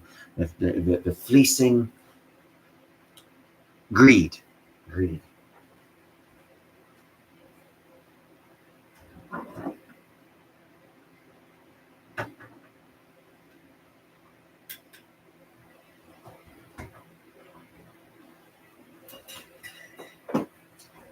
Greed sucks, but it's gone. It's a proven through history.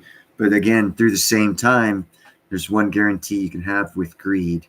You're guaranteed that the minting of coins, and this is more vanity, but it goes along with greed. The kings in certain areas would mint coins with their image on it if they controlled the area.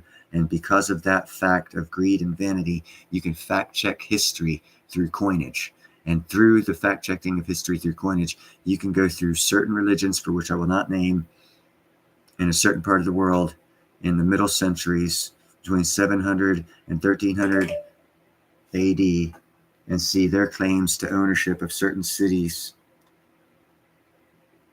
and then look at the coinage from the time period, which can be verified through carbon dating of the coins made in that city in the same time period. And there are claims of this one group of people who are a growing group of people with their belief system in this world that claim certain things that the coinage of the time tell the exact opposite story. Research history. It's interesting. Research here, to be more specific, to get you closer to what I'm talking about. Research and well, no, I don't want to point anyone else.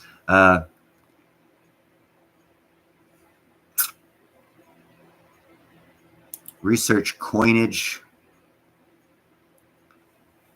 from the Eastern Mediterranean cities between 800 and 1200 AD. And then go through history and see who says they controlled that city in that time period. And come to your own conclusion about what you've been told about history. But just don't forget, greed and vanity are the reason why the kings of the era put their faces on the coins of the eras they controlled, the areas they controlled, because of greed and vanity and power and control, all the sins. But through that, we can time check history. And it's a beautiful thing when you do that. There's actually an imam and a rabbi do a YouTube show on that.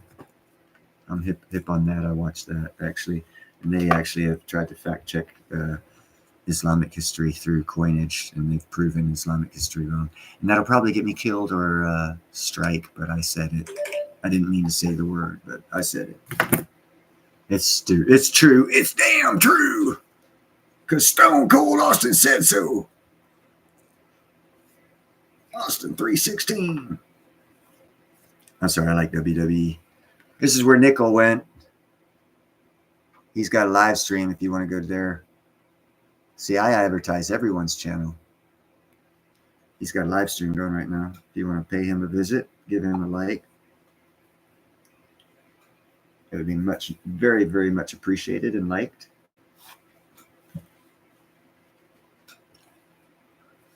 Because, yeah, I'm going to end the stream. It's been 4 hours. I've been going longer than I thought, and I'm fixing to cook up a cheeseburger, and I'm sure you don't want to see me eat a cheeseburger.